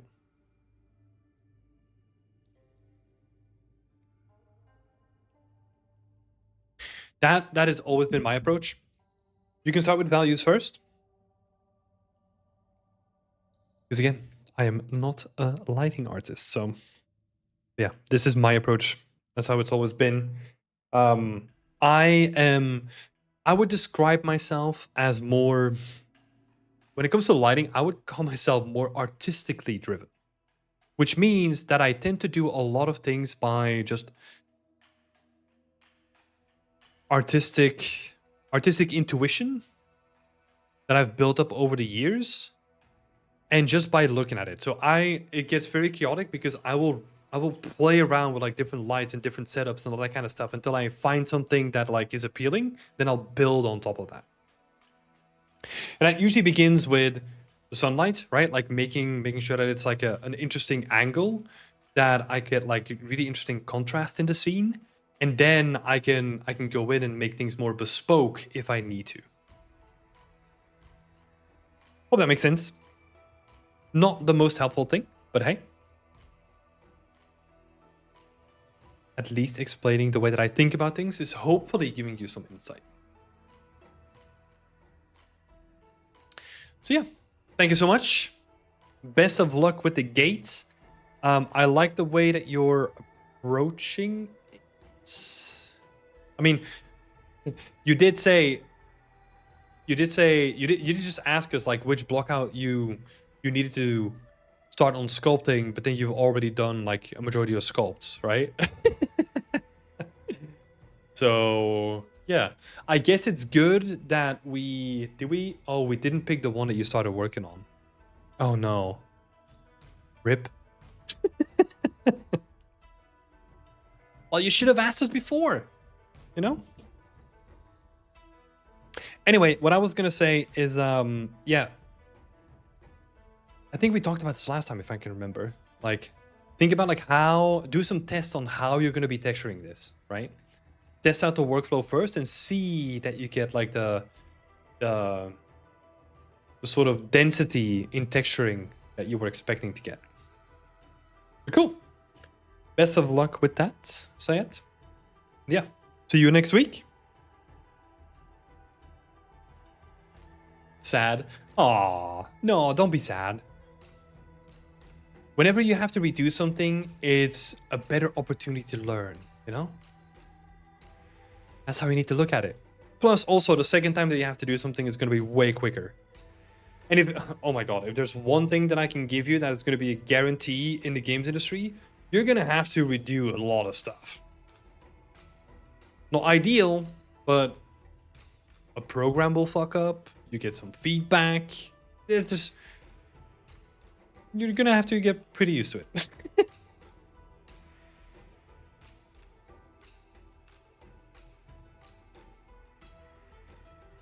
I love this competition that we're having, by the way, for like first raised hands. That's interesting. Next one is round 1. Like you're saying, so true. God, I wish it wasn't so, but that's one thing that never changes. We were actually talking about it. It's one of those like things that is often said about like game development, right? Is that you need to be worried when like a new game comes out and then your game director or your art director comes in having played said game and then coming in with like a bunch of hot new takes, you know? I've been fortunate enough to have not happen. It hasn't happened to me that many times, but I can definitely see why that is a thing that is common. Right. Round one, let's have a look. The tunnel. What do you think doesn't look right asset-wise so far? Right. Okay, so I called it assets out of place, but basically calling out what doesn't look good at this point, right? Cool.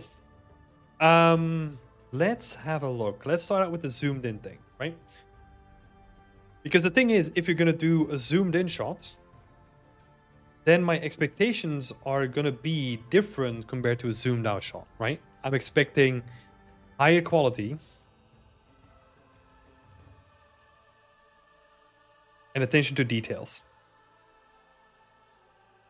So what that means in this case is a glass shader here, right? If this is like an old school oil lamp or whatever it is, it could be nice to see like the flame still like alive in it, and it not just looking like an opaque kind of tinted glass, right? I kind of want to be able to see through the glass and see into it a little bit more. Now, another thing that could be cool playing into this is a source of heat, right? On snow. See where I'm going? Because melted or no snow can actually be an interesting indication of how long this thing has been there.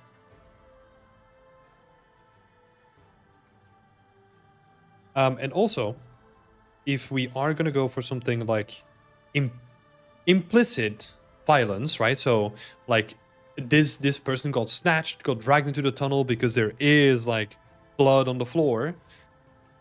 Show that in, like, glass and make it broken. Right? Also, if we're trying to look into...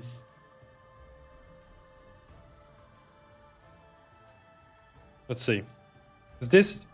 If we're trying to tell a story of like, oh, this happened all of a sudden, and then this person got dragged into this like cave, or like this tunnel, right? Then I want to see blood from an impact. Right? Cool. That's mostly storytelling stuff. When we talk about assets,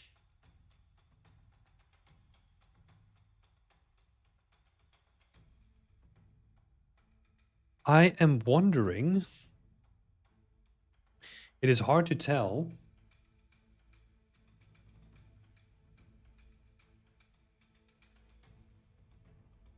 But I would say make this texture more interesting.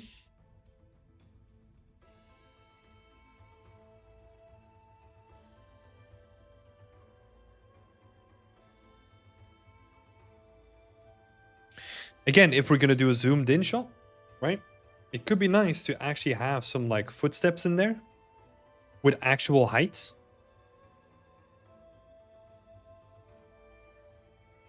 What I also want to see is better blending between the landscape and the snow meshes, right? You can do that through like RVT or something like that.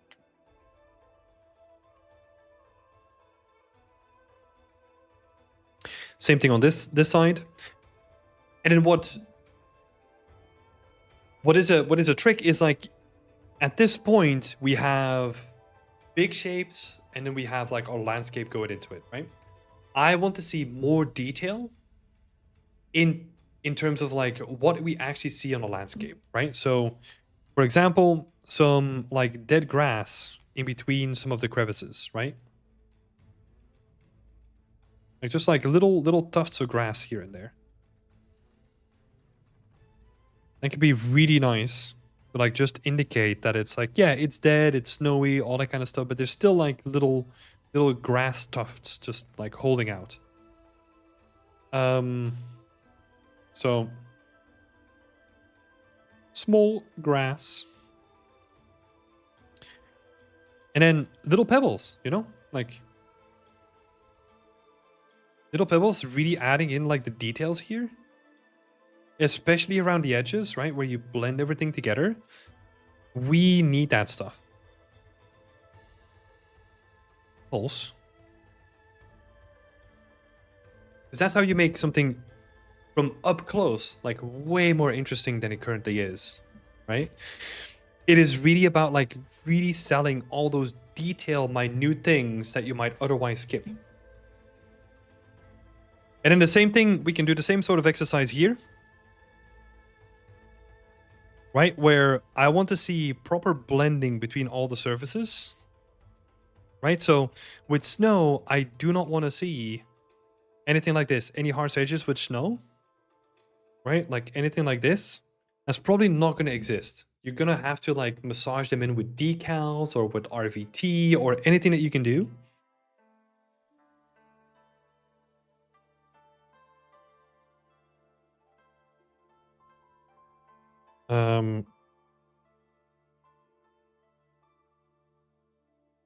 Does that make sense so far?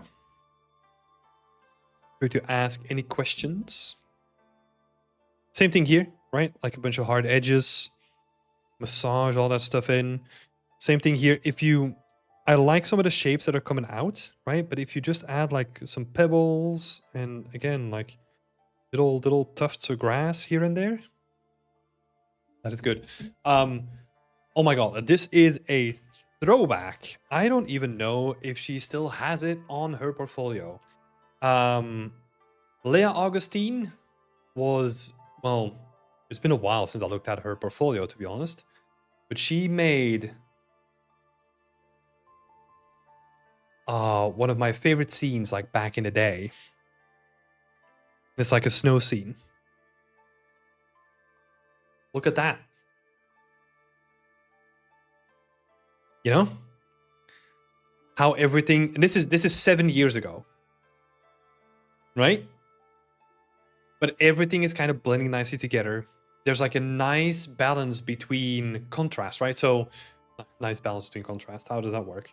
There's a nice contrast between the ice on the floor and the puffy snow, right? But you can kind of see that if you zoom in, everything just like blends like quite nicely together. And this is before, I think before RVT and all that kind of stuff even existed.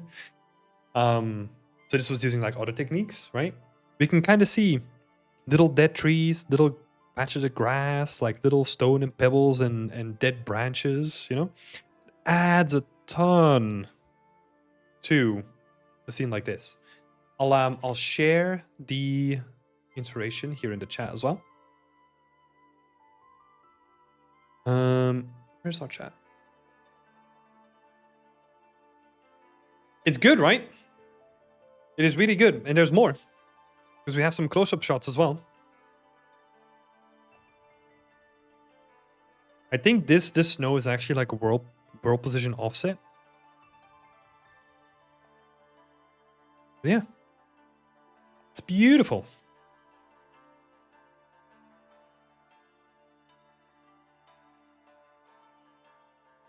Oh my god, I have not liked it. I have not called it amazing and magical and brilliant and creative. Let's oh wait, I can only do one? Boo. Boo. For those who are not seeing this amazing new feature on ArtStation, by the way, let me yeah, let me call it magical, okay? There we go. Thank you, Leia. Work is beautiful. Oh my god. Cool, but yeah. Well, second question is, what's your advice on making the scene more interesting so I can make more camera angles? Really, really important point. You do not need more camera angles. One is great. For a scene like this, I just want to see more quality over more camera angles, right? Like, we don't need that. Like, I think it's perfectly fine to just have like one shot. Like, for example, Leia's work that we just looked at, right? Technically, you could make that one shot and that's it. And you could have a fantastic portfolio project, right? But yeah. Well, basically, question 2 is see question 1. That's what it comes down to. Right. Yeah. Thank you, John.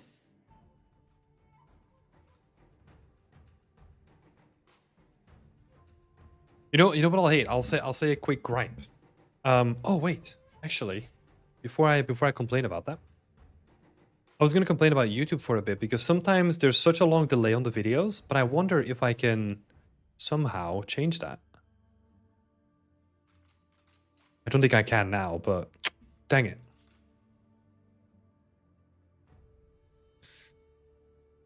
No, I'm not gonna look at it now.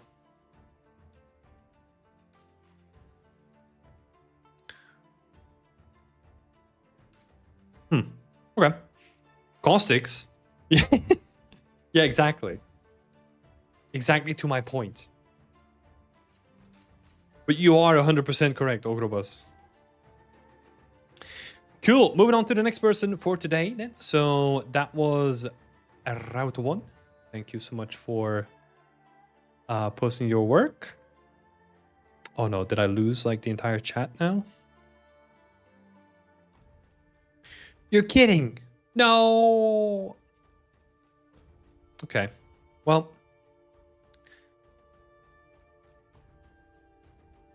It's true. Just put the seed underwater. That makes it more interesting. 100%. If you have any doubts ever about doing game art, just put it underwater. Always a winner, you know? Always a winner, no doubt.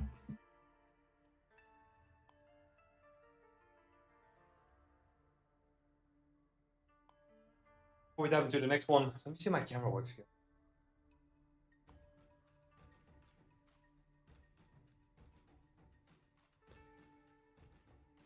There we go. Should be good. Should be good for the rest of the stream. People historically love water levels. Mm-hmm. Yeah. Wait, is that true? I am from a time where people absolutely fucking hated water level. That's why for the longest time, MMOs didn't do like water combat, so they would never have water in it, or they would like put you on the beach and that was it, you know? Because it always fucking sucked. I meant it sarcastically. I thought so, yeah. You know, but like I'm like so old that maybe the next generation actually loves water levels, you know? I'm like so old.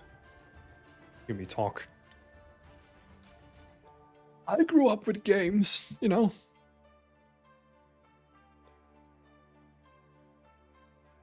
BioShock? Yeah, but that's cheating, you know? Can you ever actually swim in BioShock? Come on. Cheaters.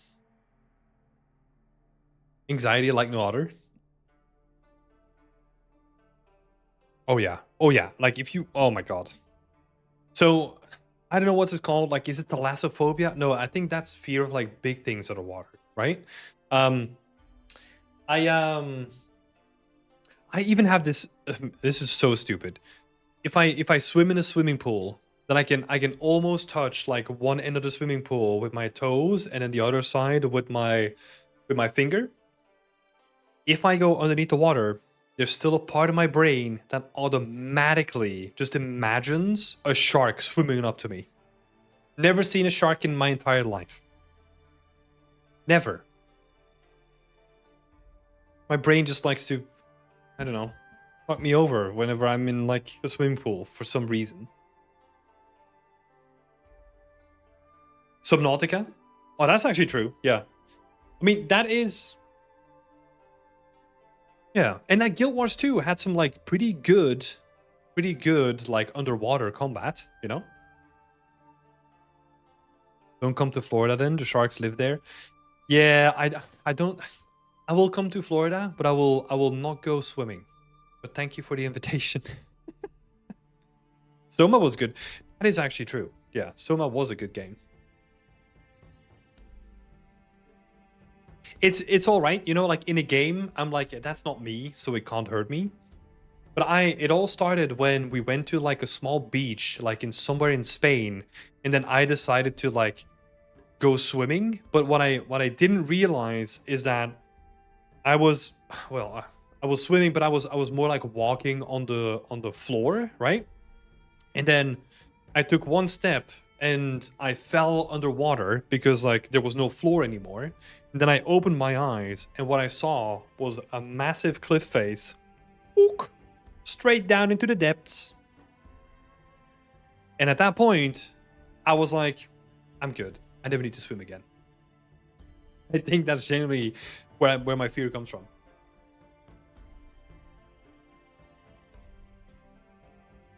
Mm-hmm. Oh yeah, I don't like it. I do not like it at all. Bro almost died to fall damage. So it's one of the scariest games I've ever played.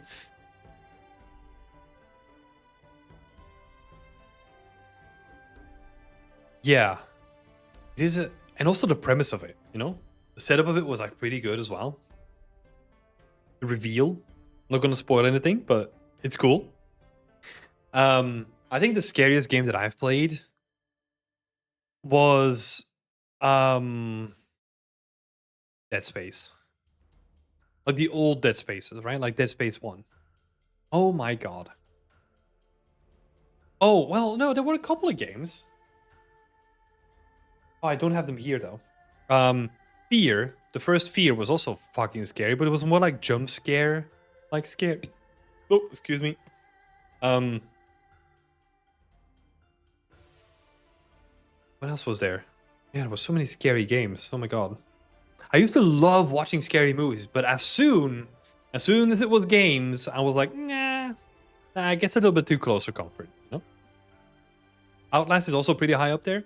Yeah, with Outlast, I already transitioned into like, nah, I'll just watch these things. You know, I don't want to play them. Actually, see, do I have like some...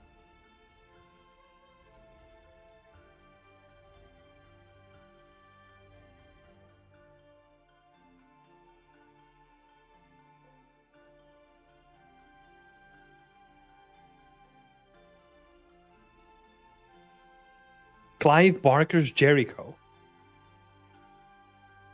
When is this? Oh my god, this was made in this was made in Leamington Spa. 2006. Jesus Christ. There we go. Blast from the past from y'all. 2006. I should have not been playing this when I got this. This is like plus 18. Okay. Alien Isolation. Alien Isolation is also really good. Oh my god.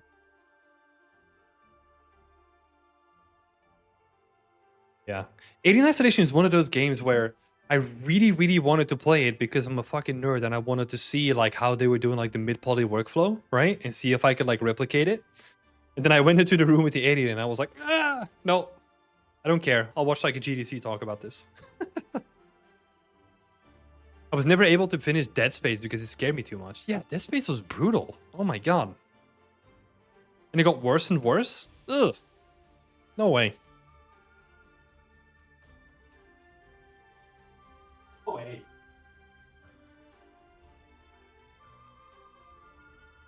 Resident Evil 2 remake makes me feel uncomfortable. The last Resident Evil that I played myself was Resident Evil 4, I think, and that's where they were doing like all the tentacle monsters and all that kind of stuff. And I was like, yeah, I don't need that. Like, it got a bit too weird for my opinion. I think the next one that I played was like at a friend's house, and it was like Resident Evil in VR. Oh my god. Yeah, that was a good choice. That was a choice. Right, I think we're just gonna free roam here a bit. Who are we gonna talk about next? I think Megfal and Swan have both put up their arms. Swan, you're not in this week, right? Because I think you just posted your work, didn't you? Yeah. Okay, so let's go to Makefile first. Let's see, or no, let's do rat first. Let's talk about the rat. Cool. I'm trying to avoid like 90-degree angles and to make everything just a bit imperfect. Just to avoid the feel of it being too modern. Okay. I am struggling to find good references to work with. Do you have any tips on how to look for references for projects that don't have a one-to-one concept art? Yes. I actually am writing a full lesson on this for our academy, which is like pretty interesting. And I've been trying some new things, and I'm doing some live demos of like reference hunting as well, which is like really important, especially in like this day and age where it's becoming trickier. But yeah, so how to find good ref. Let's actually have a look here. Let me just fill some stuff up here because you can't read it. So, first tip, different search engines. Wait, the other noob is saying, didn't we also have a talk about like finding references, not one-to-one from a while ago? God, did we? I might have forgotten, honestly. Yeah, you might be right though. I feel like we should have a talk about that. Like an old workshop? Yeah. Oh, so yes, so we do have like a really old workshop with Will, like Johann William Luffler. And he talked about like he talked like for 3 hours, like 3.5 hours or something like that, about like how do you build like your own concept. Your own concept basically from the beginning, right? But that's still something different about like, I mean, it's good. I would definitely recommend to watch it, but I feel like, oh my god, that was before AI, you know, before like search engines became like really difficult to deal with and all that kind of stuff.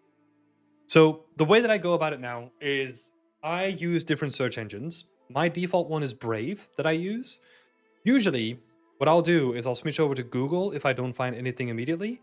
But what I'm looking for is actually in the beginning, not images. I'm looking for keywords. For example, I did like a really quick test here. And I said like, I have no idea what this is, by the way, right? Like no idea what you're inspired by. I don't really care how much.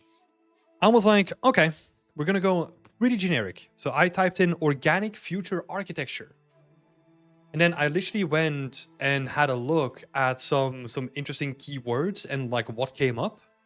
Then I came on this like Baumbotanik, I think, or like Baubotanik. And then you kind of see that like people are like interweaving like this like very organic architecture and then building like platforms into it. And I was like, ooh, okay, that could be very interesting, you know? And that's kind of what you're trying to do here, I think. And I think in your case, it would be really nice to somehow integrate the two even more, because now it just feels like a bunch of wooden stakes with like a platform onto it with like a really interesting piece of architecture. But usually architecture works in a way where it like integrates way better, right? So in your case, maybe exploring like how you create them a bit more could be interesting. But that's one example, right? So in this case, I started literally by typing something super generic and then drilling down into the keywords. If you can find stuff, the more nerdier it gets, usually the better. The better it's the more in depth it becomes, right? So blogs are a really good source. I use blogs all the time. I know it's like an old school thing. Probably most of the kids don't know about them anymore. But there's a bunch of like people that probably have like their own blog that is like really unexplored about like this sort of architecture that you could look into. And of course, now with like more current techniques, using AI search engines, you know, Copilot is the one that I use, for example, but I look for links. I don't blindly trust what it's throwing at me. I look for interesting links so that I can then look for keywords and do the drill down exercise again. Nikita, do you have to raise your hand somewhere for feedback? Where is it happening? It's here, like right in the chat. So we can jump to your feedback in just a bit after Mekval. Isn't Brave a browser, or is it both? Oh yeah, Brave's a browser, and then you use a DuckDuckGo for like a search engine, I think. So yeah, that's the way that I would go about it. But again, it's not about like looking at the images. It's actually looking at the keywords so that you can drill down onto those keywords, and then that's the way that I quickly find stuff. And then yeah, a couple of simple tricks, right? Like if you want to find good ref, again, I would never. So if we do like a live demo here, right? Let's see what we can come up with. So what did I type in? Organic future architecture, right? So let's go with that. And then it gives you like the stupid AI summary. And then I was like, okay, Baubotanique looks sounds interesting. Guiding a tree growth through scaffolding and grading. Architects create buildings that mature over time, which is pretty interesting, right? And then if we go to images, what I focus on is not the images themselves, but I just look at like where it's trying to send me, right? So Getty Images is not going to be relevant for me. IllustratorArchitecture.com could be interesting. Architecture Daily. And then I just like check out like some of those websites, and some of them, if they sound like relevant to me, then I'll check those out. And usually with like a bit more digging, I can then get to like really interesting like examples. And it also like expands like my own like library, right? Because this is talking about like 3D printing using organic materials and all that kind of stuff. So there's like really cool stuff in here already. Yeah. So that's just like a really quick overview. That is not about like the images, it's more about the keywords that you type in.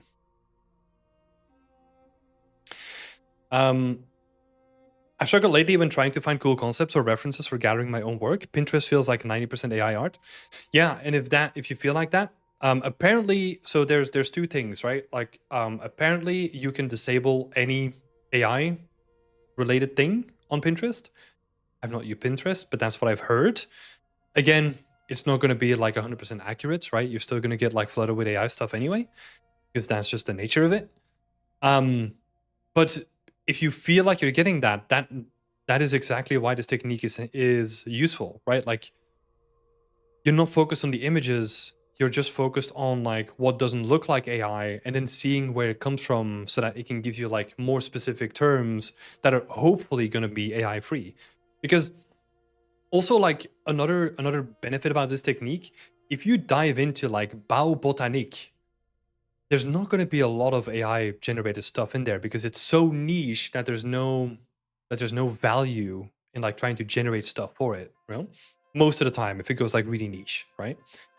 However, if you're looking for organic future architecture, you are definitely going to get a lot of AI generated stuff. So that's why this technique of like really drilling down into the keywords is really helpful. Let's see. Second question is more about the landscape. So it's pretty limited right now, and you can see the void behind it. Would it be handy to start working on blocking that now? And what are some good ways to block the view? First of all, I mean, you don't need to block that now, right? Like if you just want to fill in the background anyway, it is going to be pretty generic. But generic in a way as in it is going to be made with reusable assets, or I don't know, maybe like a small hill or something like that. It's not going to be time intensive, and you don't have to do a bunch of research or development, right? It's not going to be risky.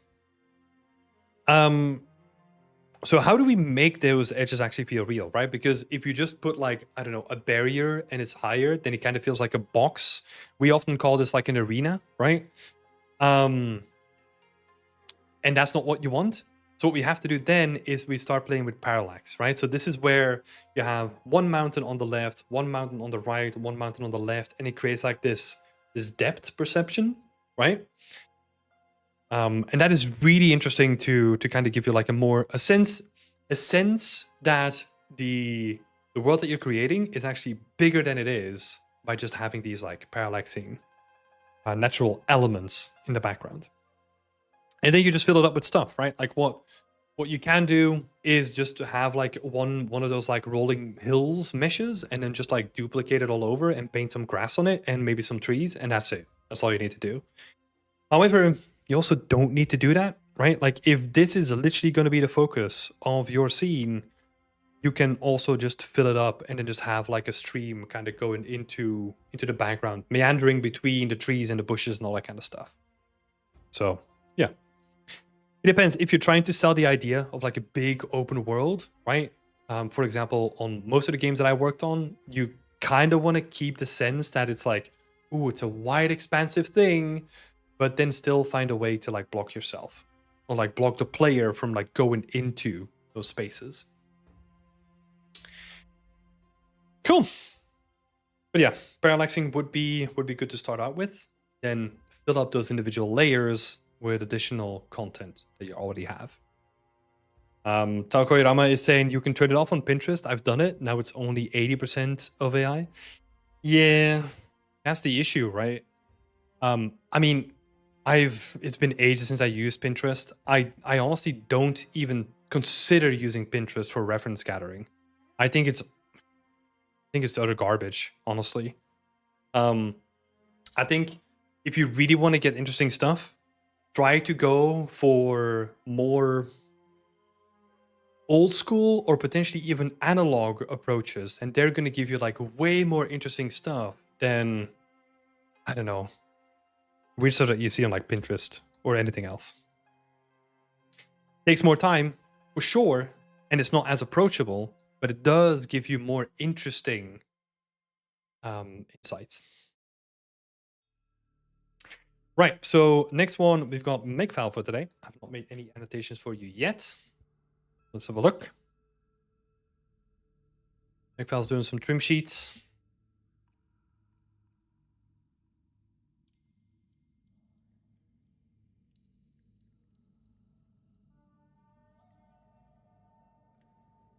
Maybe Unsplash? Not necessarily. Unsplash is more... I mean, the reason why I use Unsplash is for Creative Commons or like easily accessible free images, right? I would say if you are looking into those libraries, Flickr is a good source. But I don't go to Flickr to look for references, right? I usually land on Flickr when I find like someone's really interesting album about like a trip that they did to like Thailand and they took like screenshots from like specific ruins there or something, you know? That's usually how I end up on Flickr. If Flickr even still exists, I have no idea. Because yeah, I don't really go to sites specifically for reference hunting. I always start on the search engine and then find my way to the most interesting site by just using those keywords. That is my way of working. Yeah. Let's have a look. So Makefile is asking two questions. So do those work well as a base at the moment, mainly in terms of color and noise? As a base? Sure. I mean, as a base, yeah. Let me have a look. There's some additional references here. Do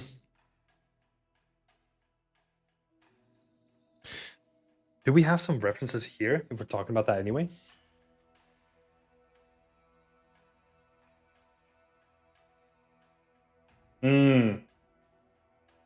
Okay. So if we get like a high resolution image, let's go. I honestly only need this snippet here. Because what is interesting already is that you see that it's built up by brick, and then they use like this red painted mortar on top of it. Hey you, good to see you, buddy. A funny place I find references, ironically, is TikTok. I'm currently working on a mid-century scene, and I found a lot of real estate and house tour videos on TikTok feed. Oh, okay, interesting. I've never even opened TikTok. So That is like a foreign world to me. But yeah, that makes a lot of sense, right? Like if you're looking for more current stuff, then YouTube video tours or like TikTok videos or something like that could definitely work, right? Makes a lot of sense to me. I've had luck with photography blogs like Tim recommended, especially for things based in the real world. Like, for example, like a Hong Kong restaurant. Yeah, yeah. It's probably worse now with new algorithms and owners. Yeah, but that's also one of the things that you constantly have to experiment with, right?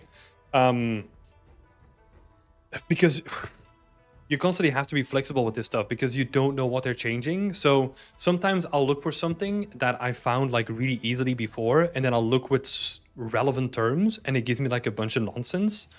So at that point, you just have to be like, okay, this is not working. Just switch it over.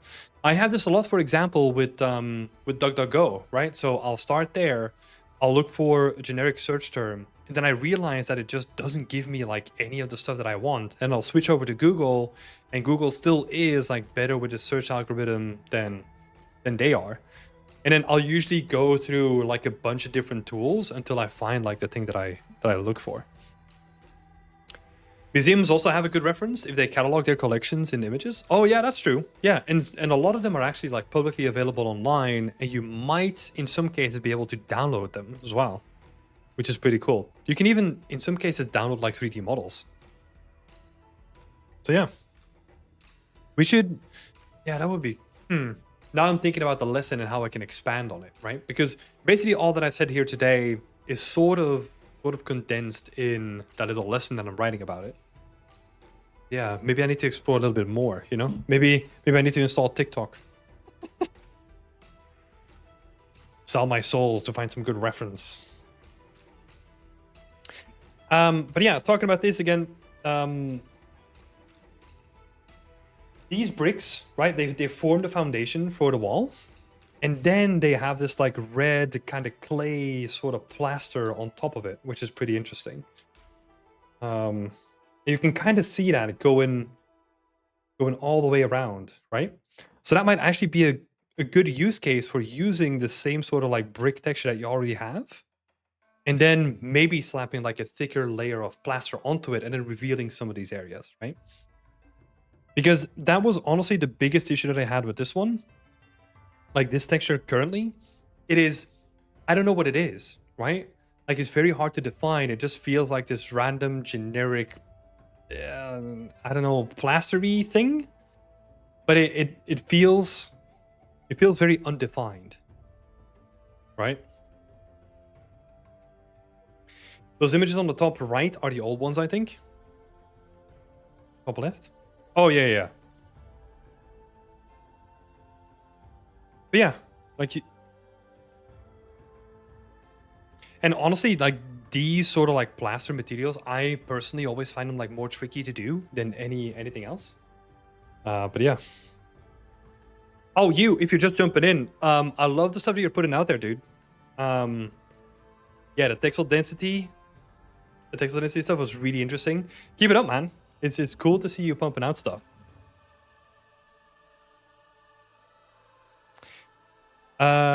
Yeah. Well, let's see. So do these work? Because your question was basically, do these work as a base at this moment, right?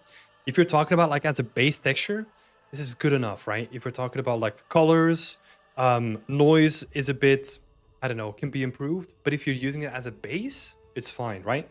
Because the benefit about this, about like working in games, is that you can just make sure that trim is functional first, and then afterwards you can kind of go in and like tweak stuff on the go if needed, right?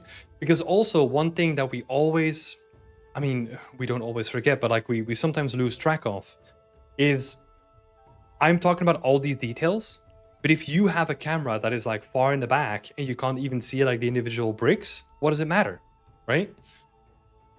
So that's also something to keep in mind too. Malta is saying, do you know a good way to tint the paint the wood on different parts of a mesh? I was thinking about using vertex colors, but I was not sure if that's smart. So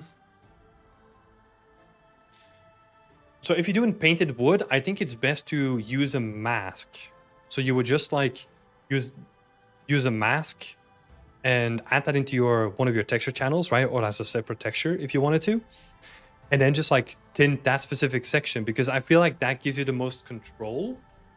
And then if you need like a new section that is tinted like slightly differently, then you can just, I don't know, make a new material instance and do it that way, right? That's probably the easiest way to set that up. If you want to have a little bit more control over where and how you paint it,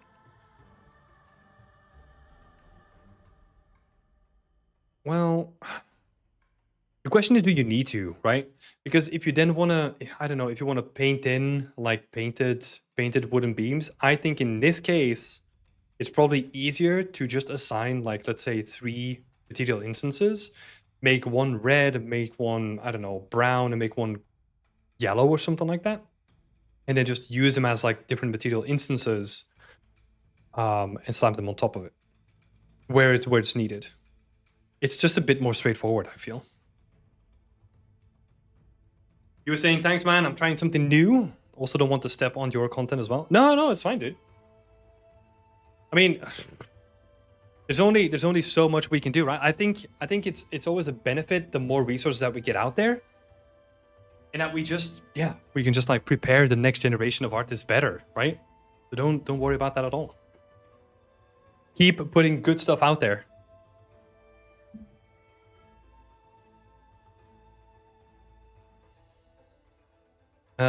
Let's see. So Taiko Yorama is saying, my biggest struggle is coming up with something sci-fi where things that aren't real or concepts, and I don't just want to recreate something that's not an artist has already created. Okay. Let me show you something, right? So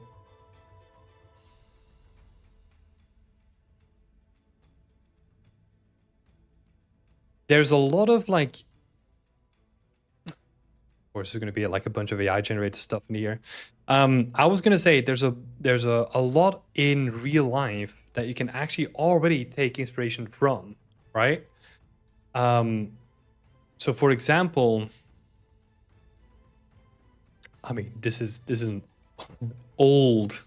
This looks really old.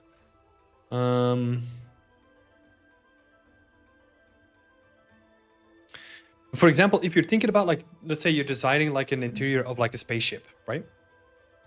What is the closest thing that we can have that is somewhat reminiscent to that, right? Depending on the style of spaceship, right? Have a look at the interiors of like luxury yachts. See what they do, right? Because they have a bunch of interesting materials, the way that they have laid it all out. If you want to create like a luxury, I don't know, spaceship, you can learn a lot from like the interior design of like a private jet or like a luxury yacht or something like that, right? And you might be surprised, like the stuff that we're doing now. Like for example, you know, like this neo-futuristic stuff with like hydroponic stacks and all that kind. We're doing that now. You know, that's current tech. Like there's a bunch of cool stuff that we're already doing that looks really futuristic. Well, like people perceive it as to be futuristic, but it's actually current.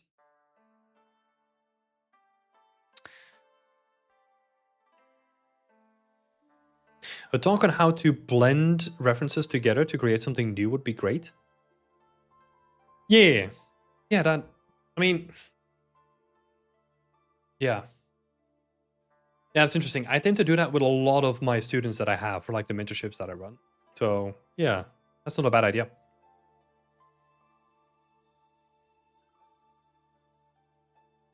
Star Wars especially, all their props are like something physical first, like lightsabers were just like flash handles. Yeah. Yeah, because like they built their stuff from like discarded model kits, right? And they just like glued stuff together and then they made it look like something cool. That's where like the term of like greeble kits comes from, right? It's just like you take just like random stuff and you just like duct tape it together and you can make cool stuff. Sorry, I noticed that we didn't really write anything down here. So let me write some notes up for you, McFall.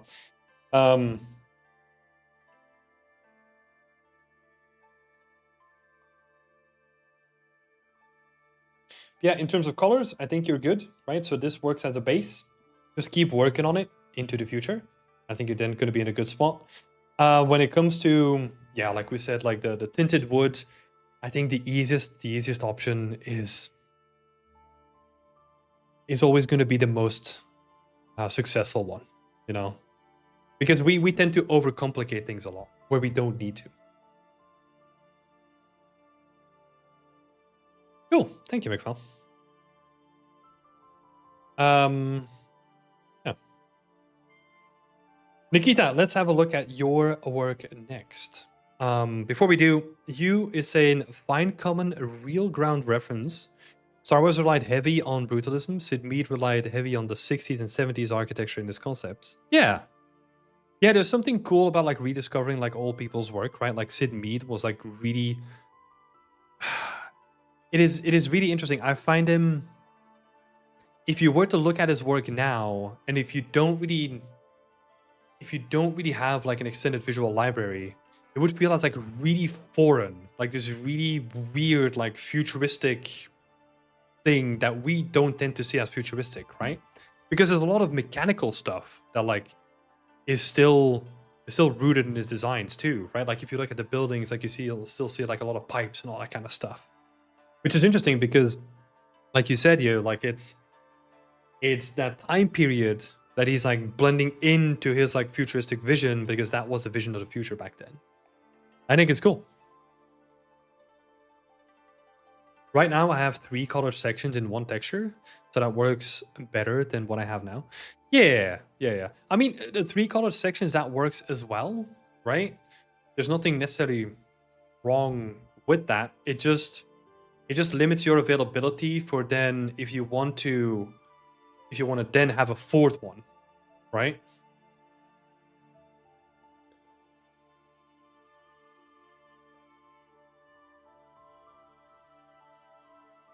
For a lot of the issues of Concord, Firewalk, and my old team at PlayStation Visual Arts used Sid Mead on the urban elements. Yeah.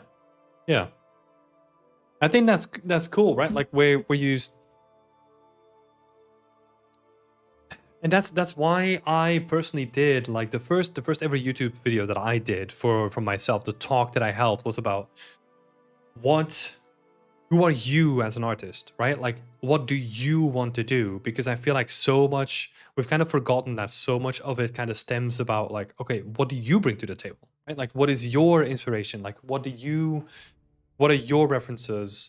And even like where you grew up, how you grew up, like poor, rich, like all that kind of stuff has like an influence that you get to carry with you into your life and then can inspire your art that you do. So yeah. I think it's very important. Can't lose track of that.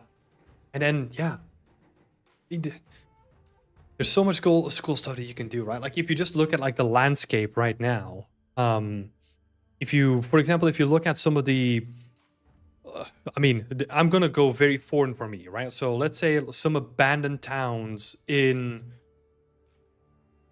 Oh no, let's actually take it closer to home. So let's say some abandoned towns in like Italy, right? There's a lot of them. What could the future vision be for that if you then imagine that town is going to be revitalized by a certain amount of people moving in there, right?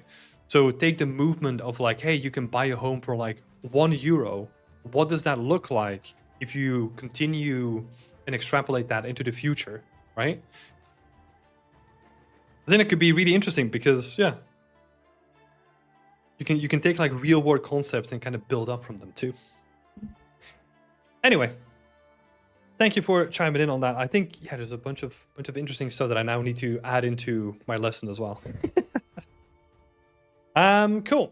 So, Nikita is asking 2 questions here.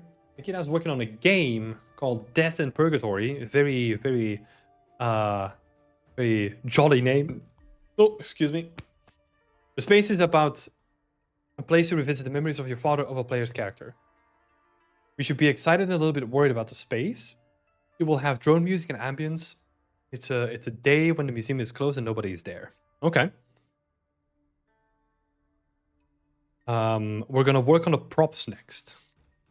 Is this a a thing that you're doing by yourself, or are you doing this with like multiple people? Just curious. So the main questions are: what props could help build an atmosphere?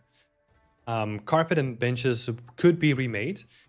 So you are trying to set up an atmosphere of the museum is closed. We want to be in a mood where we can revisit the memories of the father of the player's character, right?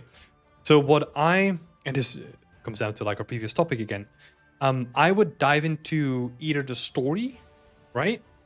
Which is like the memories of your father, and then what props you build, like try to link them to them, right? For example, I have no context about the father here, but let's say they were an archaeologist, that's why they work in a museum. Whatever prop you're going to add, you can then contextualize that somewhat around your father because maybe he was the curator of the museum, right? And that's how you tie like those things together. So the story is actually going to inform the assets that you're going to be making, right? Now, that's not all of it, because there's also a certain set of props that you're going to be making that are logically driven, right? So if you look at a space and this is a museum, what do you need in a museum for it to become functional as a space, right? So think about like if you go to a museum, what do you see? Right? Like I'm thinking about like little trash cans. I'm thinking about like little plaques where people can talk about like, hey, this is, so there's like a little plaque here that describes like what this building is, right? There's like a little garbage can here. There's maybe like those little fences that you have, those little bollard fences. Maybe some of them are open, some of them are closed, maybe one of them is rolled up. And I'm just drawing randomly, right? Like you get to decide where you want to put them, but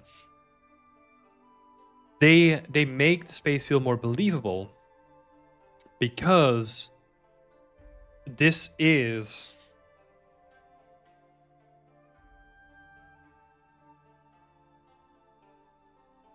supposed to be like a functioning element of the game, right? So we need to sell the believability of the museum, and then we can add the memories of the father on top of it, right? And then we can see like, okay, what if there's like an exhibit here? Right, so there's like, I don't know, there's like a pedestal with like an exhibit here. Those assets are going to be linked to the story. And then a combination of those logical elements and the story is what makes the space feel interesting and believable.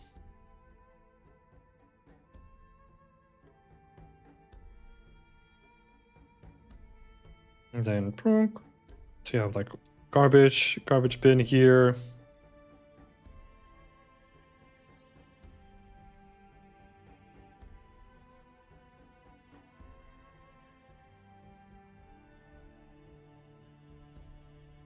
Yeah, those are usually the two levers that I use, right? Like usually I will start out with the logic and then add my story layer on top of it.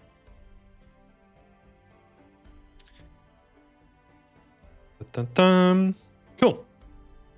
We're working on a game with a little team, but for the environment it's me and my boss. Okay. Sounds interesting. Cool. So, let's see. It's super interesting to hear how much time it would take to build a game environment like this from scratch with props for someone who is experienced. This includes everything: references, modeling, materials, setting it in Unity, decals, and so on. I'm working in the game industry for a year, and this scene already took 3 to 4 weeks.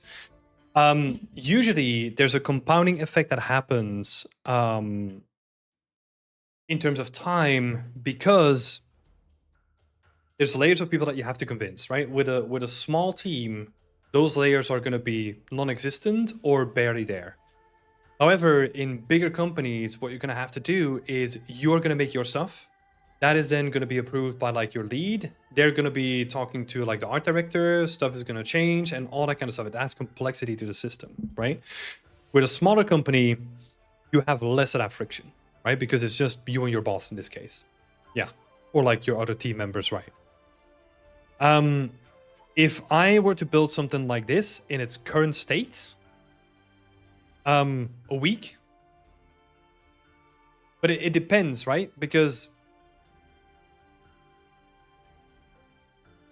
mean, the stuff that we're seeing here, I mean, I'm only seeing the outside, right? But like, let's say if I'm working on this like 8 hours a day, we could have something like this in like a week, right? But again, or like I could have something like this in a week.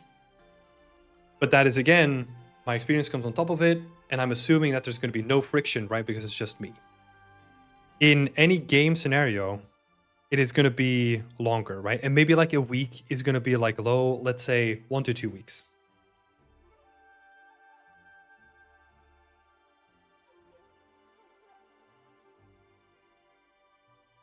Because we're doing the textures and all that kind of stuff too. Yeah. Because if it is just about, well, if it is just going to be about like executing, right? Like then it's going to be 1 or 2 weeks. If we then add like concepts and references and all that kind of stuff, then it becomes an unknown, right? Because when are we satisfied? Like, how do we determine what we're satisfied with? And then we're talking about a longer timeline, right? So let's talk about like 1 month. And then if you're working from scratch and no one is really helping you out, then it can literally be like 1 to 2 months to infinity, right? Because you don't know what the goal is, or you don't have something to work from. So there's different gradients. If you're asking me to recreate all of this, it's not going to take too long. But if you then imagine like all the individual assets and all the storytelling assets, then it's going to take like way longer, right? But again, don't feel too bad, right? I've been doing this for freaking 10 years. So I can look at this and I immediately know what I need to do and how I need to do it, right? So it's totally fine if you take longer. Also, if your boss is listening, it kind of sucks for you now because maybe the screws are going to tighten a little bit. But also, don't tell your boss, right? Like, give your best estimate. And if that becomes like a thing that you need to update them on, like do that like once in a while, right? Like have a conversation with them, like, hey, look, this take me longer, but I did this. Yeah. The question might be silly, but how? What do you mean? What do you mean how? Oh my god, why is chat dead? YouTube chat has just died. That is great. Let me see if I can bring it back.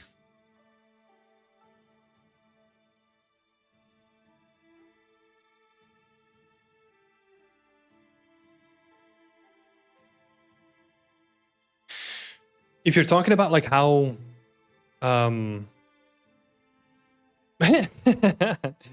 Andrew Moore is saying revivify. Sing revivify. Thanks, man. I appreciate it. If the question is about like how do you make it so quick, if you just have to focus on like the execution part, right? You can get a lot of stuff done quickly. It is just like the back and forth and having to concept and all that kind of stuff. That's usually what adds like a lot of friction and time to the whole equation. Did I nap through my turn again? No, we're not there yet. So yeah, thanks for the thoughts. Yeah, no worries, Nikita. Best of luck to you and the team. Oh, there's one more element that I forgot to talk about, and it's like the tech debt, right? Like not tech debt in this case, but like the friction that you get from like your programs, right? Because this is also when you look at the games that I've worked on, right? Like it doesn't matter which one, all of them. There is so much invisible friction that you can't see as a person looking at it from the outside because of the way that we build our pipelines, the way that we build the programs, the way that the company set up. There's so much friction. Yeah, I just want to be somewhat transparent about that. That anything that you'll do on a personal level, like let's say for your personal work, is not necessarily going to give you a good idea on manageable timelines of you going into the industry. They are completely divorced. Cool. Thank you, Nikita. Let's go with Moment next.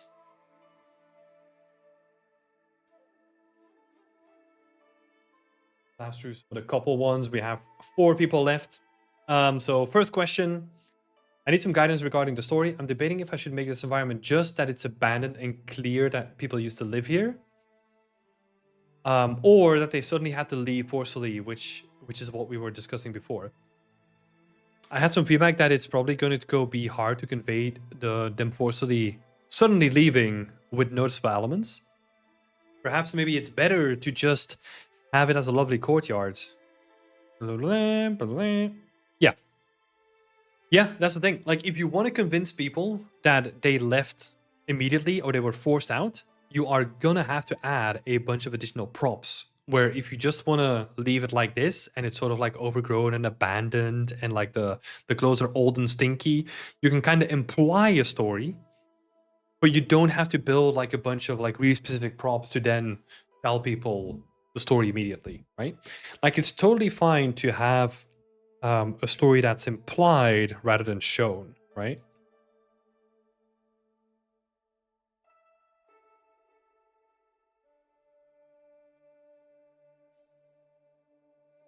Because even if you have like you have a door open here, and let's say this door is closed, but it has like a chain around it, right? Maybe this door is open, but some of the boards are missing.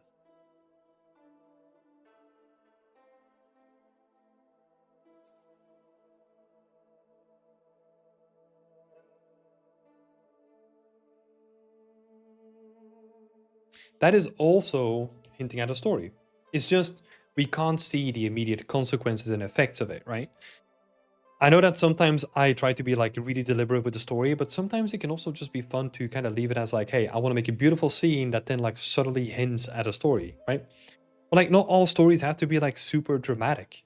You know, you can just make a story of this place that is just like people just left because there was nothing for them to do. You know, like job prospects dried up, they just left somewhere else, and now the entire city is abandoned.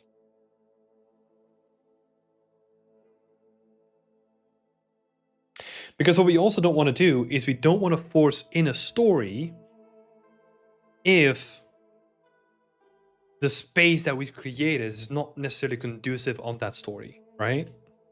So we don't want to force things into it.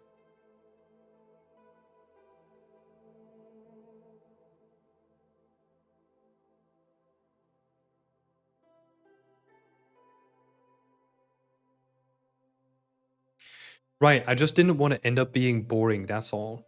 Yeah, I mean,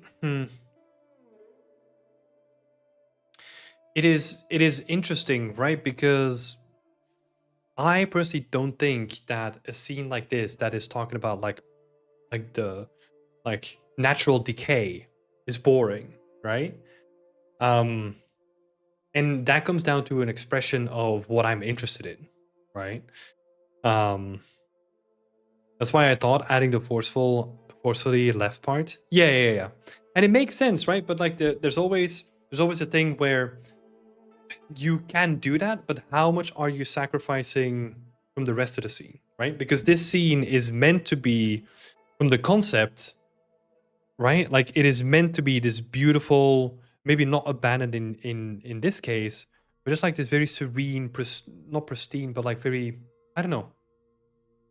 It's supposed to evoke like a sense of calm and like ease, right? There's nothing really going wrong.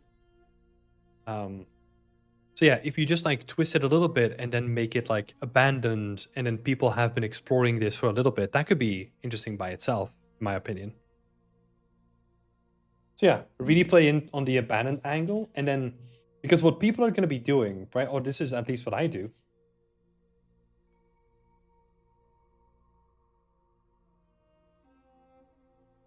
I love watching these abandoned like urban explorers, right? And I've done some of that stuff myself. I will always make up like a story.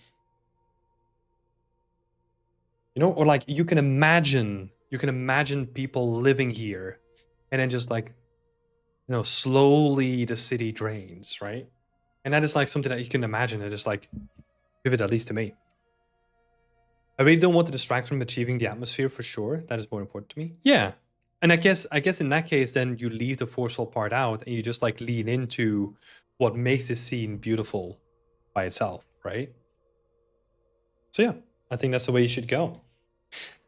Second question is I got feedback to maybe make the clothes torn, like just torn up clothes on the laundry wire, but I'm thinking that it might make sense. Like, how would that happen in the first place? I'm overthinking it. Yeah, I don't need if you want to go, let's say you want to go with the abandoned feel, right? Like what you could do is you could just make you don't want to tear them up necessarily. What you could do is just make them look really grimy and dirty from like um dirt and sunshine like just staining them, right? Dirt plus rain plus sun, right? Sun is going to sun bleach the colors, so they're going to be fading out. And I think that could be enough. You don't need to like rip them to pieces necessarily. You could kind of make them like maybe frayed around the edges, right?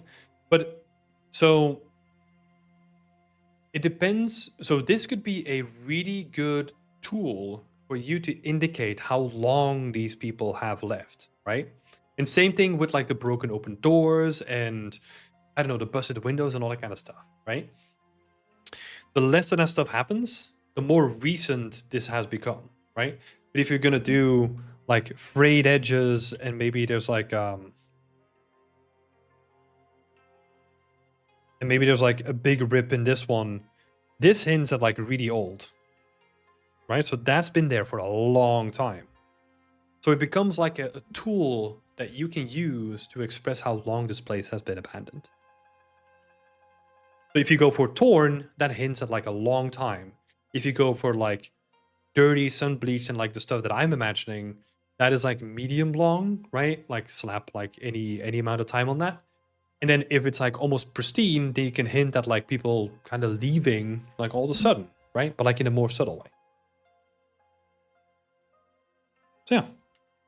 So I would, whenever you're thinking about like, if you get feedback on like making clothes torn or like doing any sort of damage or weathering on any building or asset whatsoever, think about like what that indicates in terms of storyline, right? In terms of like timeline of that asset or the scene by and large.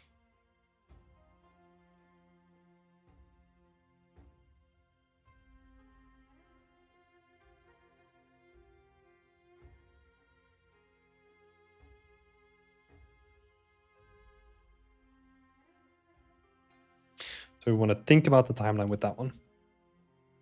Because yeah, the choice eventually is up to you, right? It's just with different approaches, some different ways of reading it.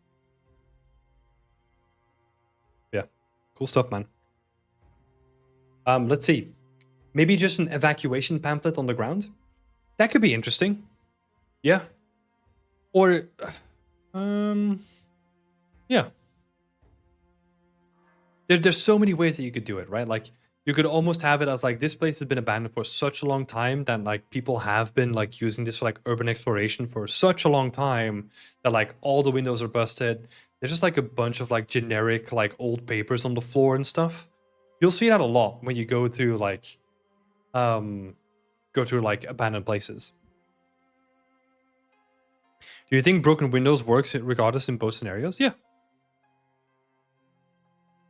It's a good exercise to do again, right? If you think about broken windows, it's also again timeline wise, right? Like how is that relevant in one scenario compared to the other? Because you could have a broken window. So, okay.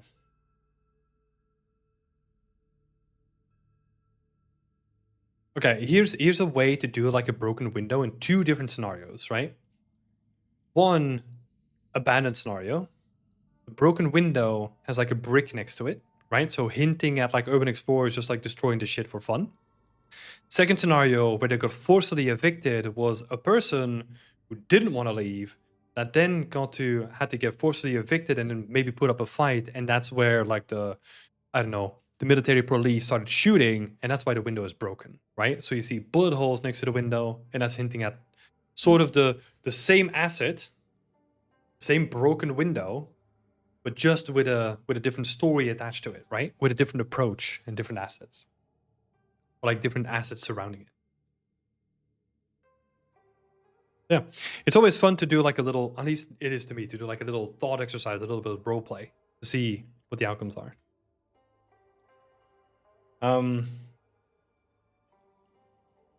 Rustam is asking a question, but it might sound silly. No, it's not silly, dude. Like any question, no matter how stupid you think it is, it's not going to be stupid, I promise.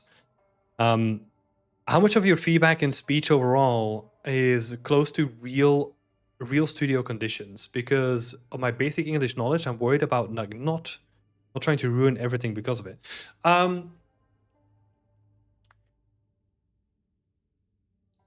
I mean, it always comes down to like how you talk, right? Because there's a big difference between like how you talk and how you write, right? Because usually, I'll give an example of my experiences, right? Because I'm also not like native English speaking, right? I'm from Belgium. My mother language is Dutch. So I know the struggles. And I thought I was like pretty good in English because most of the stuff that I would watch is like in English and YouTube and whatever, right? And then I would go to the UK to get my first job. And I would go to the pub for the first time. And I thought my English was good until I went to the pub. And then it's like, oh my God, there's so many spins on English that I know that it really took me a lot of time to like adjust. Because I've had moments, and I've said this before, that I would sit there, someone was asking me something, I had to then like translate it to Dutch, and then from Dutch back to English, and by the time that I could answer, they would already be talking about something else. However, this is different in a professional company though, because in a professional company, I think the dialects and like the way that people talk is more professional, right? So it's like more understandable across the board. And I've worked with people with like very strong dialects, with new people that just came from abroad and all that kind of stuff. Usually, if you're here and you can already talk to me and you can understand me, that's perfect. You know? And I think a lot of people are always going to be understanding that this is like a very multicultural industry. And is going to be really appreciative of you trying to learn like another language, and they're going to be very patient with that. So yeah, I wouldn't be too scared about that. Next up is from Frigga. Frigga can't unfortunately be here, but she's working on a pirate island. Cool. So we got like 3 smaller questions. Okay. Is the visual focus on the skull correct? Yes. I guess we can add more to it. Yeah, the visual focus on the skull is currently correct. I think what we can do is I think we can direct more of the sunlight towards it, right? But it seems like you already have like some sort of like light inside of it too. So that's going to be helpful as well. What I would potentially have is something where it lights up more of the skull and less of the foreground.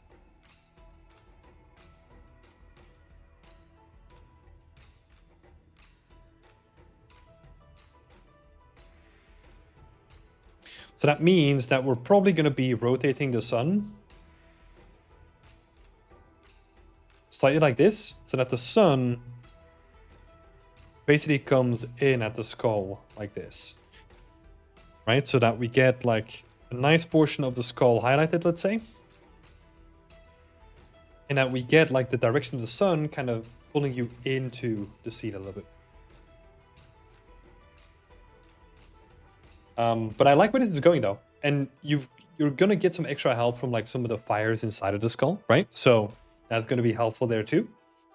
And then we can talk about like color contrast, right? Because it would be nice to potentially have a warm sun and then maybe like a cold fire inside, or maybe do the opposite, right? Where you have, let's say, a night sky and then like warm colors inside of it, right? So that we get like color contrast, and contrast is also a really helpful tool to help you focus on certain elements in your scene.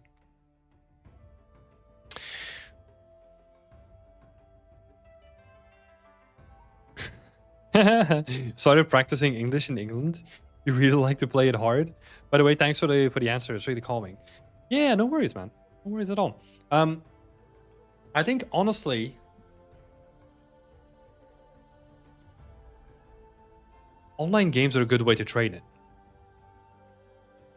You know, like I could almost see a scenario where if you want to train how you talk to people, play Arc Raiders and set yourself up to go into a game fully passive. So that means that you're not going to be shooting people, right? And if people start shooting you, try to talk your way out of it. So that you have to train your English. I think that could be like a really interesting challenge, you know, where you train yourself to talk a different language in like a fun way.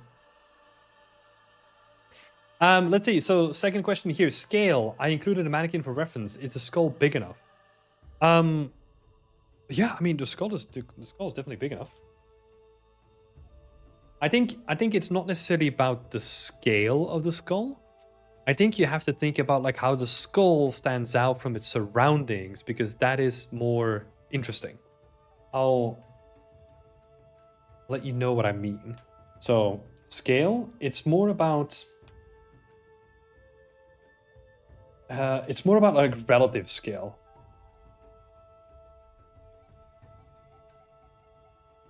I think that's the main component here. And I'll give you an example, right? So yes, good motivation. Yeah, exactly. And I think it could be fun. I'm actually that would be kind of fun to just do in general. Cool. So what I was saying here, Frigga. You have your skull here, right? I mean, not your skull, but like your environment skull.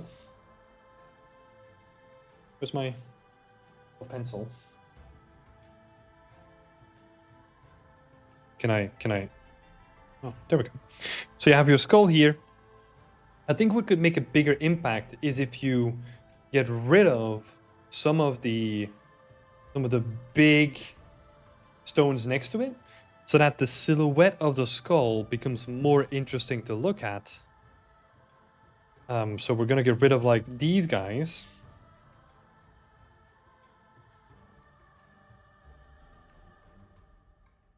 What am I doing? What is all this?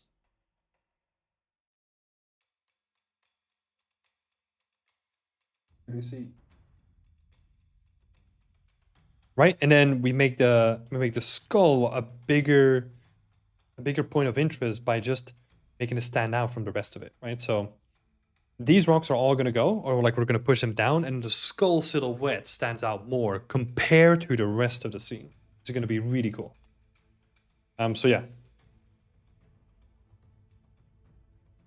So silhouette of the skull is going to be really important, right? Like really try to lean into that and make that more interesting. Cool. And then is the balance between the column, the cloth, and the empty spaces okay? The columns, the cloth, and the empty spaces. I guess the only thing that is really important to me is again how the silhouette stands out from things, right? So because right now I think we can do like way more interesting stuff with the silhouette of these like little encampments, for example. And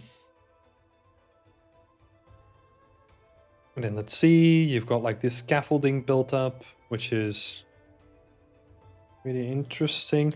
I would probably focus more on like scaffolding that actually is supportive of the skull. Right? So what I'm trying to do here is I'm trying to integrate elements with each other more. And then see but we can use some of the cloth between certain areas, right? So let's say we have like a piece of cloth here, and then we're probably gonna do like, let's say we take this pole.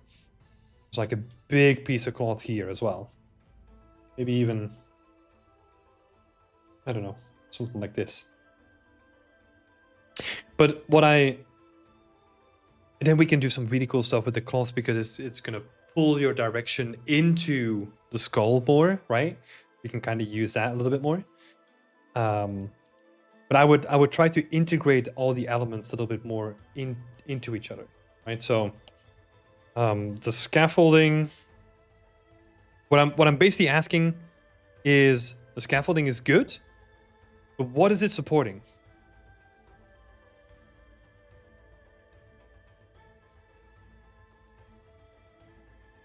Right, because that's the question, right? Like, why do we build scaffolding? We can kind of use it as like a defensive position that you're higher up. Maybe we can kind of build like, I don't know, what are they called? Like a crow's nest on a boat or something like that. That could be interesting as like a watch point, right? Or we can kind of build it as like, oh, we can make some really interesting scaffolding to kind of support the rickety shape of the skull, right?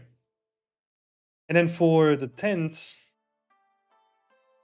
it's also like making them more interesting individually.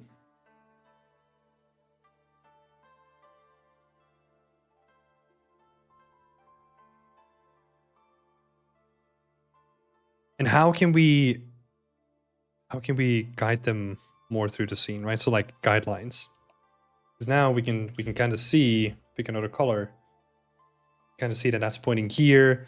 I'm trying to do that in like any shape I can, right?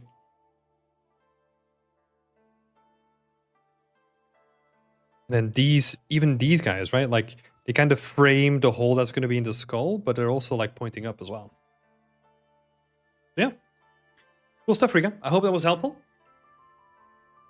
But yeah, I think the choice of like really condensing down to like one image or like one camera angle is really, really good. So that's amazing.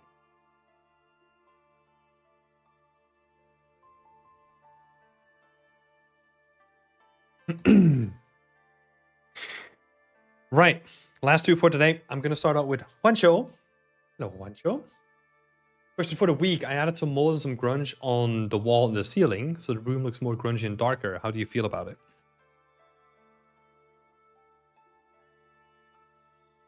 Looks good, dude. It looks good. It looks good. On my main monitor, I can actually see like all the nice little areas in the shadow because I feel like my drawing tablet is slightly darker.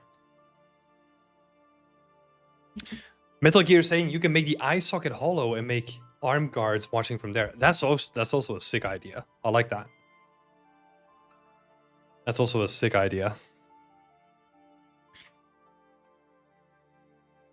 But yeah, I like this, man. Good job. Looks ace. I don't really have anything else to say here.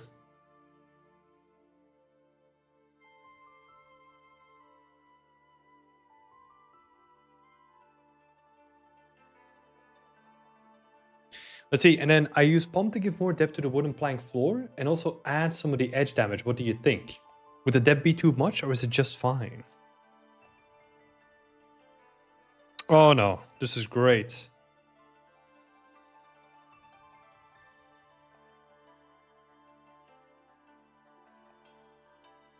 Yep, that's a great choice.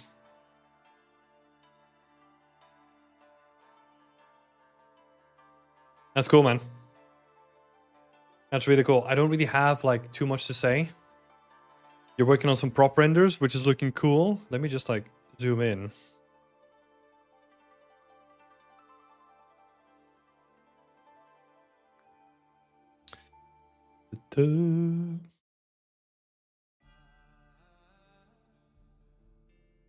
Yeah.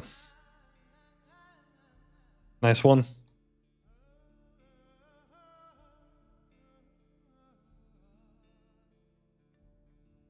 Love it. Get a little heart. Looks good. Working on the prop renders. I think that's going to be sick. When working on the prop renders, I would say, hmm, I would honestly say try to use your scene in a way to kind of make it like a floor, like a showroom, you know?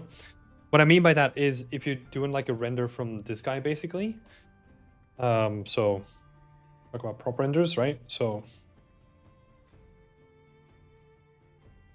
I would definitely give it a try where what am I gonna be doing?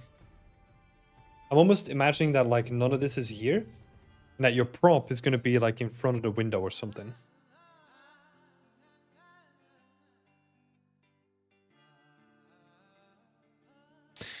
Don't know. I'm not a big fan of the way that like the light is gonna be back hitting it, like backlighting it. I'm not a fan of that. But maybe you can reduce like the light coming from the outside and kind of make it like a little studio. But then in that case, it still feels like the scene rather than a clean render. Or maybe even, maybe even just have the carpet on the floor. I think that could also work.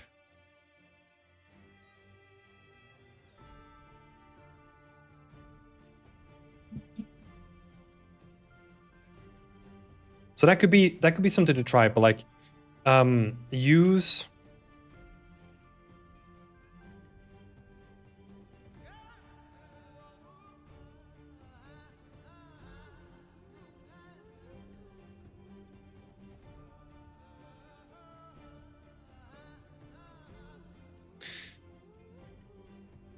Possibly Great is coming in with the hot topic. Dot. Thank you, Possibly Great. It's good to see you. Metal Gear saying more paint peel on the wall with the windows. Yeah, I mean, yeah. That's up to Juancho's discretion actually. The reason why I like it here is because this is a juicy spot of the environment, you know? Because you get like the light coming in from that side. But yeah. Could give it a try. Yeah, good stuff. Thank you so much for the sub, Michelle Piron. I appreciate that a lot. Thank you supporting for our community. Right, cool. I didn't have anything like in depth to say about this one show. I think coming near the end, it is just gonna be really taking your time with the polish, really making sure that like the presentation renders and the prop renders are like as good as the main shot, right? Really take your time with that. Think, okay, this is gonna be boring, but think about like the props that the fonts that you're gonna be using, how you add them on your presentation. Give me like, if you want to talk to me about that next week, feel free to post like your prop renders with like different variations of font sizes and like intensities and all that kind of stuff. I love that stuff because it's such a beautiful scene. Let's take care of the presentation as well.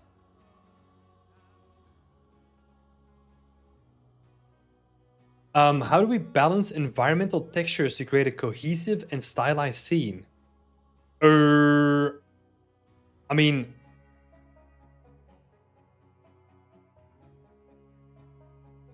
that is a broad question, right? So there's a couple of components to think about. It comes down to art fundamentals, basically, right? Contrast is a big one. And contrast is a broad topic. It can be contrast in colors. It can also be contrast in like how detailed versus undetailed something is, right? Because if you have something that looks really clean versus something that's really detailed, that is also a contrast. So I would highly advise you to look into like art fundamentals and like look at how like different colors work in comparison to each other, because all of those fundamentals are going to really play into your texturing. Quinton is asking, how would you go about showing props with a quick animation to show a rig? To show a rig, I have no clue. Not an animator. You're asking the wrong person there. Um, give time, like how you present your breakdowns. Give it some love. Take time if you can afford it, even if it's a whole month.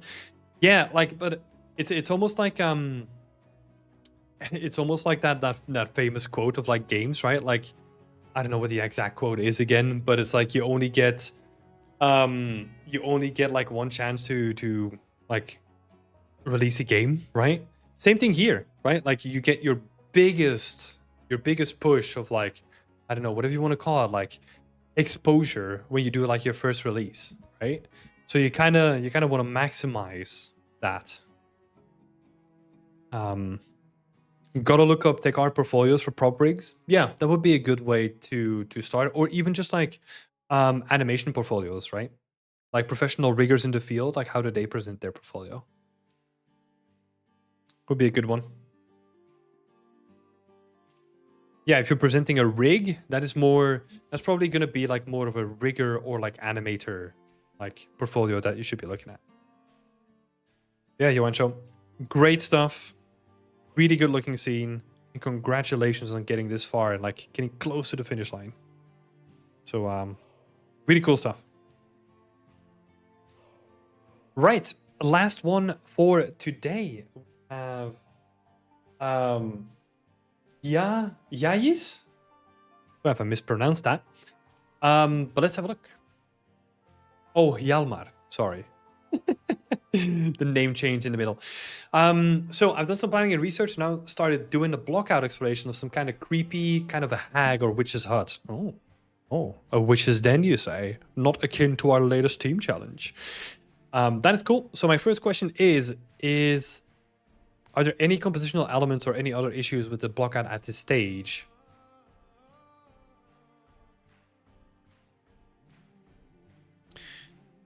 Let's have a look. On this one, so okay, a couple of things. So composition. This is going to be a cool one. So I would look into the rule of thirds. This is a one that I use a lot, and I think it's very effective, right? So what you basically do is you take your screen, like you take your screenshot or your scene, you divide top and bottom in 3 equal parts. These are definitely equal, and then put your focal point around one of these intersection points, right? The only thing that we need to do with your scene is we just need to rotate the camera more to the right or like move the entire scene to the left. In this case, what that then is allowing us to do is let's imagine that your actual frame ends here and like begins here or something, right? That gives us more space to like include this little rampart, which is going to be an excellent guide of getting you into the scene, and it's going to be a beautiful natural leading line. So we're gonna make the most of it, right? Because this is basically going to draw you straight into the scene, right to the point where you want to be looking, right? It's going to be awesome. So we're just going to be moving and shifting the framing a little bit, and we're going to extend it way more towards the left. Right, and that automatically gives us two good things. We're applying the rule of thirds, which is good, and we're also making use of this beautiful, beautiful ramp.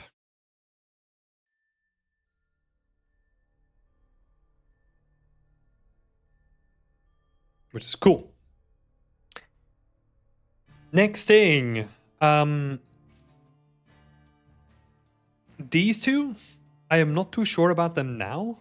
I would honestly mainly worry about the main render, because these two, it heavily depends on how you are going to treat like all the individual assets for these renders to be looking good, right?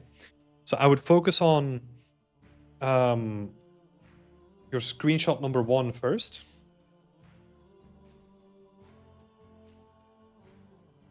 And then reconsider some of those additional cameras.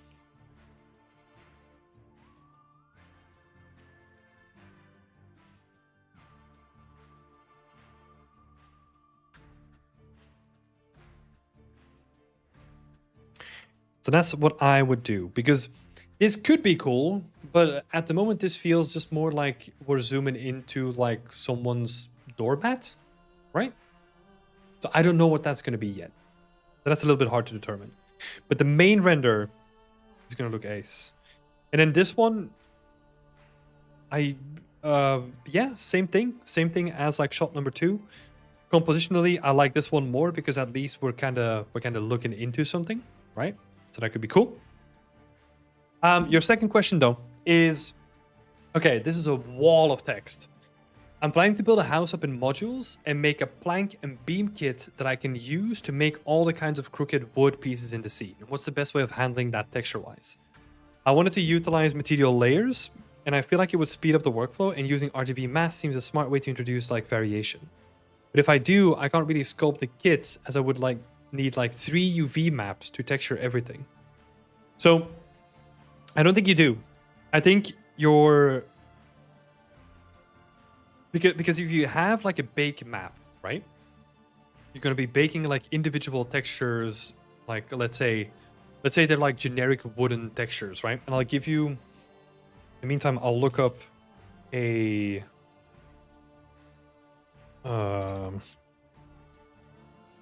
reference that I've been referencing recently. It's from Diablo 4. And I need to save this because, geez, I've looked at this like way too much. Is this the one? Yeah. Okay, let's have a quick look at this together. What is relevant to your stuff is that's basically how they made their huts and all that kind of stuff too, right? So you can kind of see that like all of this is coming out of like one kit. That is honestly just like a simple kit that is just like bent and deformed in a way to like make it really organic, right? So they start out with like a relatively simple kit, right? Something like this that they can then use to build up all the organic shapes, because you could technically make something flat. I'll link it in a second, yeah, for sure. But you can technically make something flat, right? And then still deform it afterwards without it introducing like that much stretching, right? If you don't like overly stretch it. So that's what they're doing here, right? So you can see all the individual pieces and the way that they modularly work. And then they just give it like a generic texture, right? So they have just like a generic, I don't actually know if they show it off here. And this is actually the workflow that I'm going to be switching my my environment to as well. So that's what we're going to be sculpting. That's why we're going to be sculpting on Friday. So you can kind of see that they do the same thing. Like this is just made out of like a bunch of different planks, but they're all from the same kit, right? Just deformed and placed in such a way that it makes it feel really unique, even though just reusing the same stuff over and over. Now, let me link this in the chat. So here you go. So in this case, what you can do is you can have that entire kit baked down as unique textures, right? Or at least that's the way that I'm going to be approaching it. And then I'm going to add a RGB mask that is then just baked down for like the whole building, right? That's the way that I'm going to be approaching it. So if I have like an asset, let's say a building in this case, I'll just do like an RGB mask for that entire building. I'm going to be doing this slightly differently. I'm going to be using vertex color instead, but you can use an RGB mask. Because if you really think about it, like a tileable or a trim, you don't really need that in this equation. Because if you're going to have a baked map, you can store all the data that you would otherwise get from a trim inside of your baked map. At least that's the way that I think about it. So that cuts out like making a trim sheet and all that kind of stuff, where you can just like bake all that stuff into it.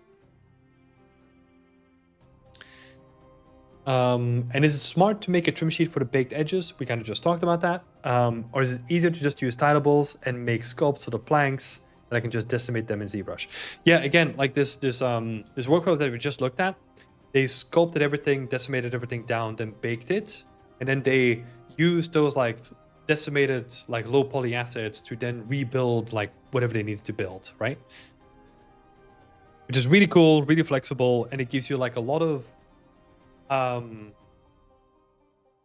detail as well, which is something that I personally, the reason why I'm switching from my old school method of using like trim sheets is the way that I was going about it, especially with me storing data in Vertex Color.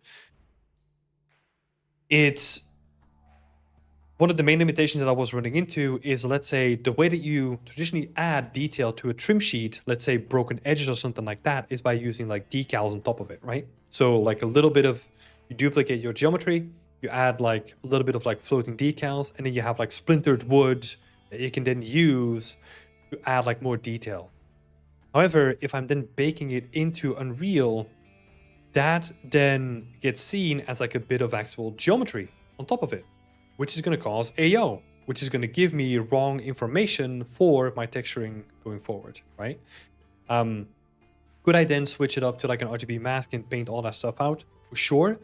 I don't want to use Substance Painter in my workflow at all.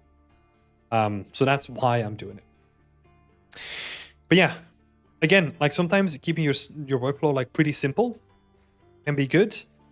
And even in this case, right, like you could even go without an RGB mask and potentially have like Vertex Color just to add like texture variation, right? Or do something more procedural where, I don't know, you use like your meshes and like how close they are to each other, by using your distance fields to like see for intersections and kind of use that as like more procedural texturing. I'm going off a cliff here.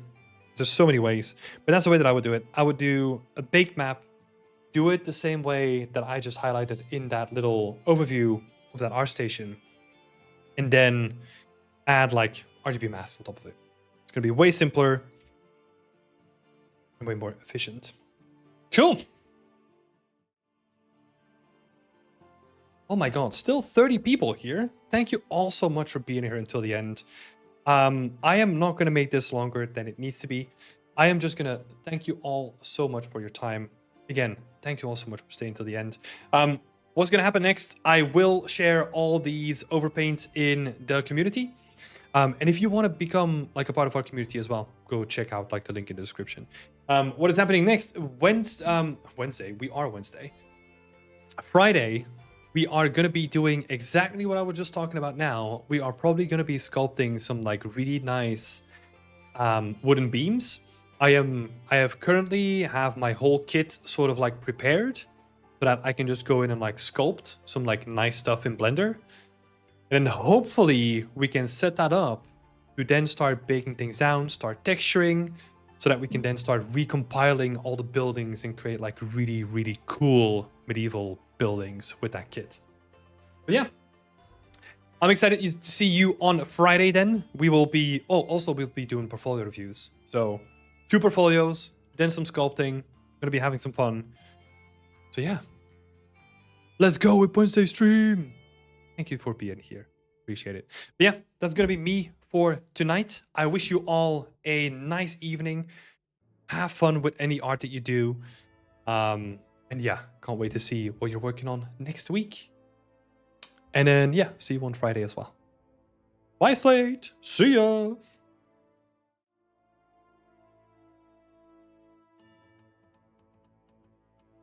And everyone else, of course. See you on Friday too.